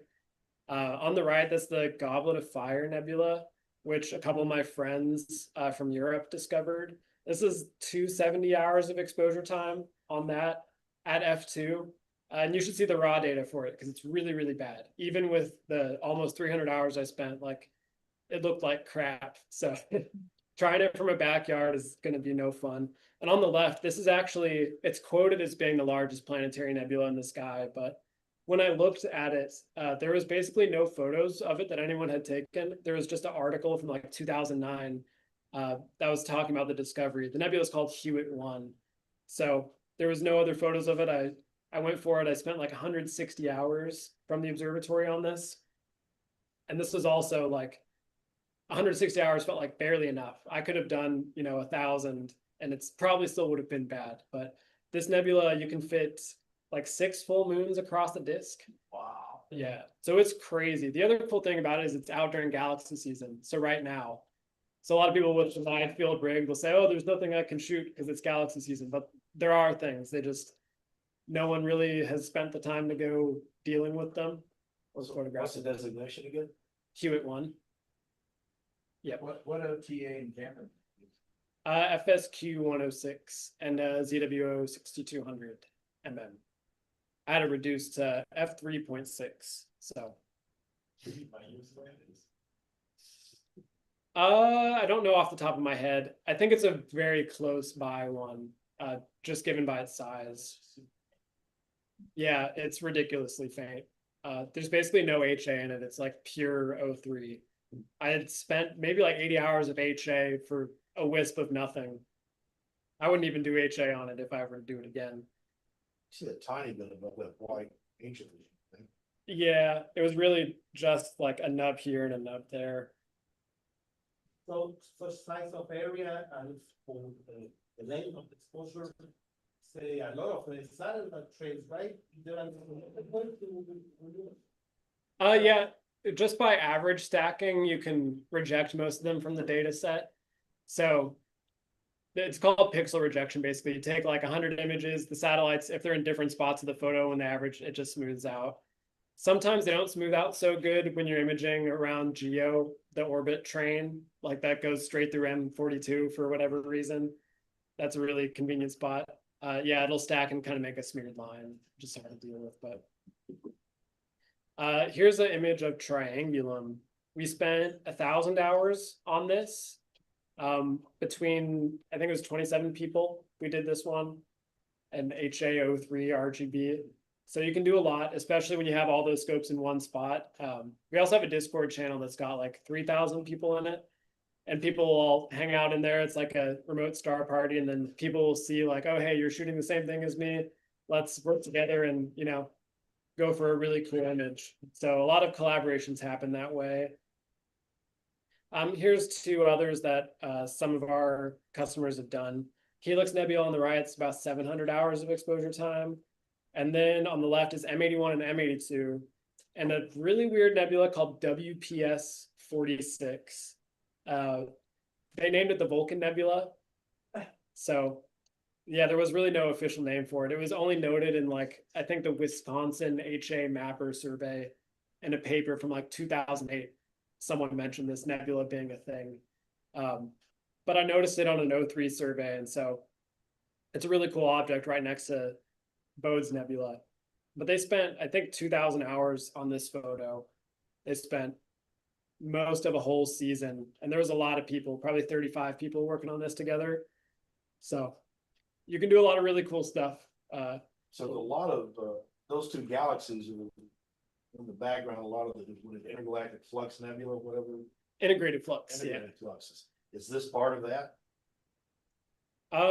It's not related to the galaxies. It's I don't even think it's related to the nebula. The Vulcan Nebula, that is. The Cirrus is just high latitude dust that's like kind of outside our galaxy in the halo of it. The galaxies are way in the background. This nebula is very much in the foreground. It's a planetary nebula, but it's one that kind of takes on a weird shape. There's like a weird class of objects that form around a hot subdwarf nebula, which is kind of like if a red supergiant star had a companion star that ripped away all of its outer layers, it makes a thing that's kind of like a planetary nebula, but it has a weird, funky shape. And a lot of the recently discovered nebulas have originated around those kinds of stars.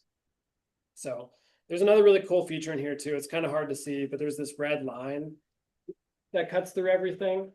I don't know if you guys can tell that that's there, but that's part of it's called the Yuma SNR, or the Ursa Major supernova remnant. It's a vertical HA close to the right edge of the node. Yeah, that one I don't think is related to the SNR, but if you look at this photo in full res, there's like a pencil shockwave that goes through the whole thing.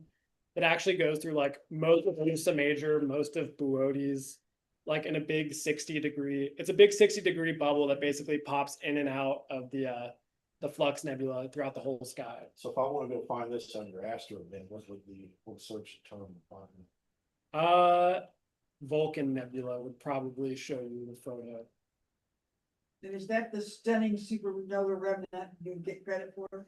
I think it's kind of weird. This one is one that we found like in 2023 when I was doing some surveys. This one's also kind of weird because other segments of the nebula were known about. So the Ursa Major arc has been known since like 2010, I think. Some guy found it in the Galax survey, which is ultraviolet light. And it shows up very plainly there. So people knew about this one segment that was like 30 degrees off in like another part of the sky, but nobody knew about this other segment of the same nebula that was off in this other part.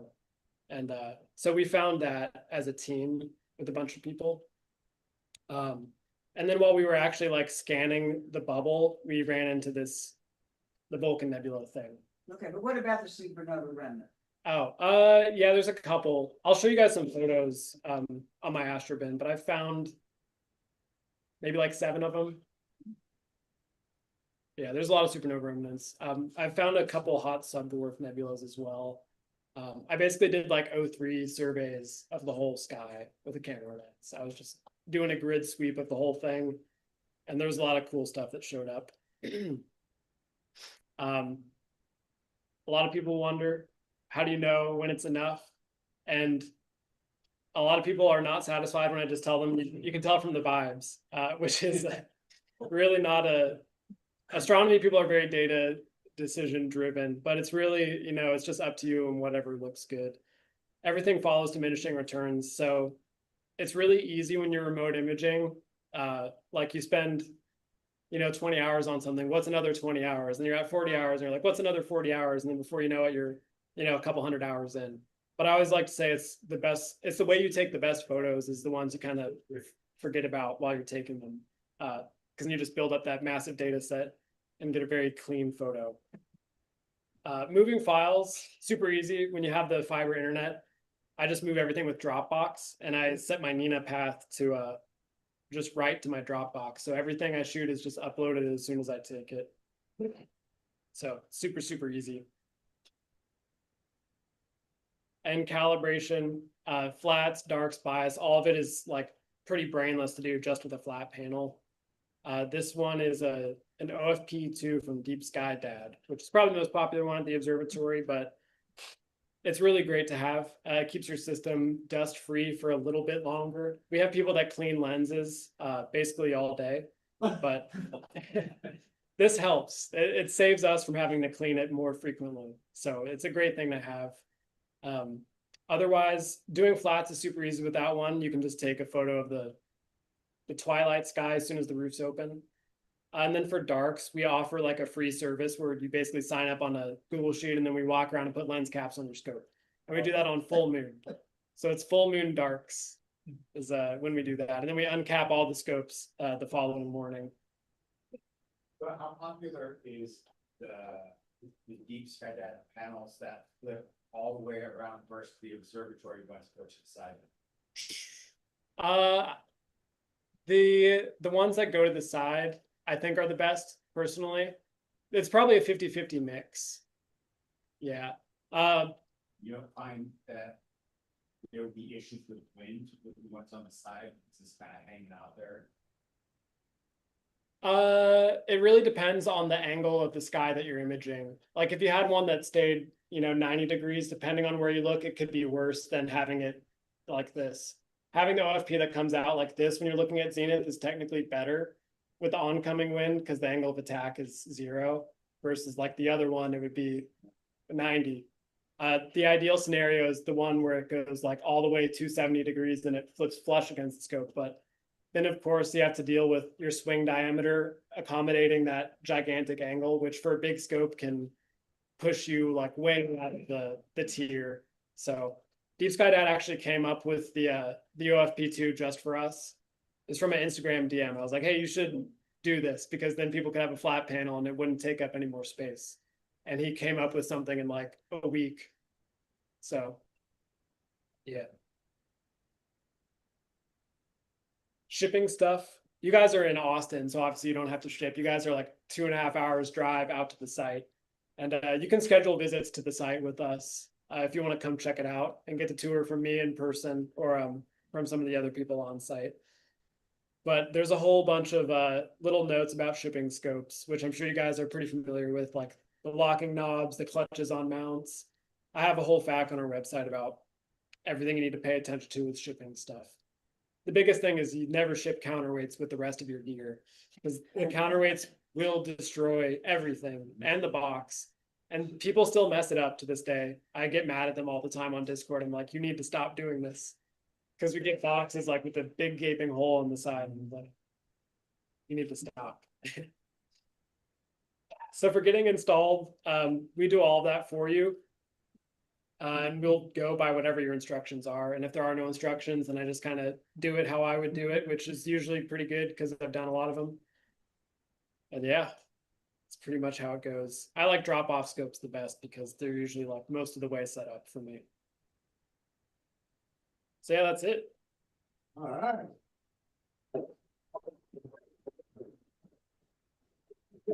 right. I'm on Zoom. I have a question. How much time do you actually use? It's a great presentation. Drive it up there. How much? Yeah, totally. I've got a question.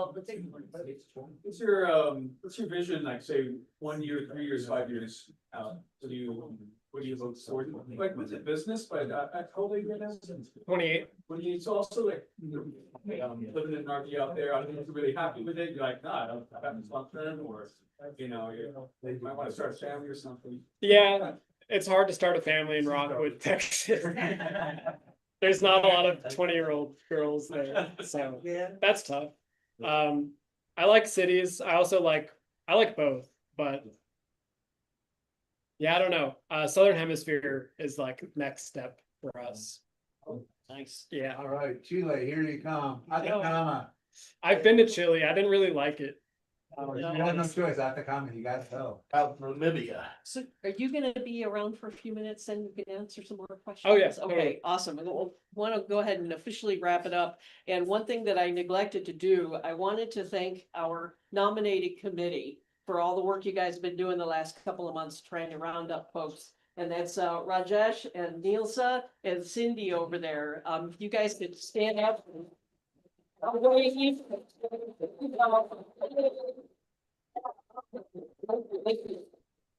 I just wanted to acknowledge you guys for all your work. And that's it then. Thanks everyone for coming And I out. will say that the live NASA feed has ended, which I would assume means that everything is okay. They're on the ship and We are all aboard the ship, yes. Yeah, Dawn texted me and said everybody's been recovered. Yep. Yeah, including the alien. Thanks, everyone. Okay. Sorry, just wanted to squeeze that in, but I'm sure they will come down here and ask you questions. I'm gonna get another. Yeah.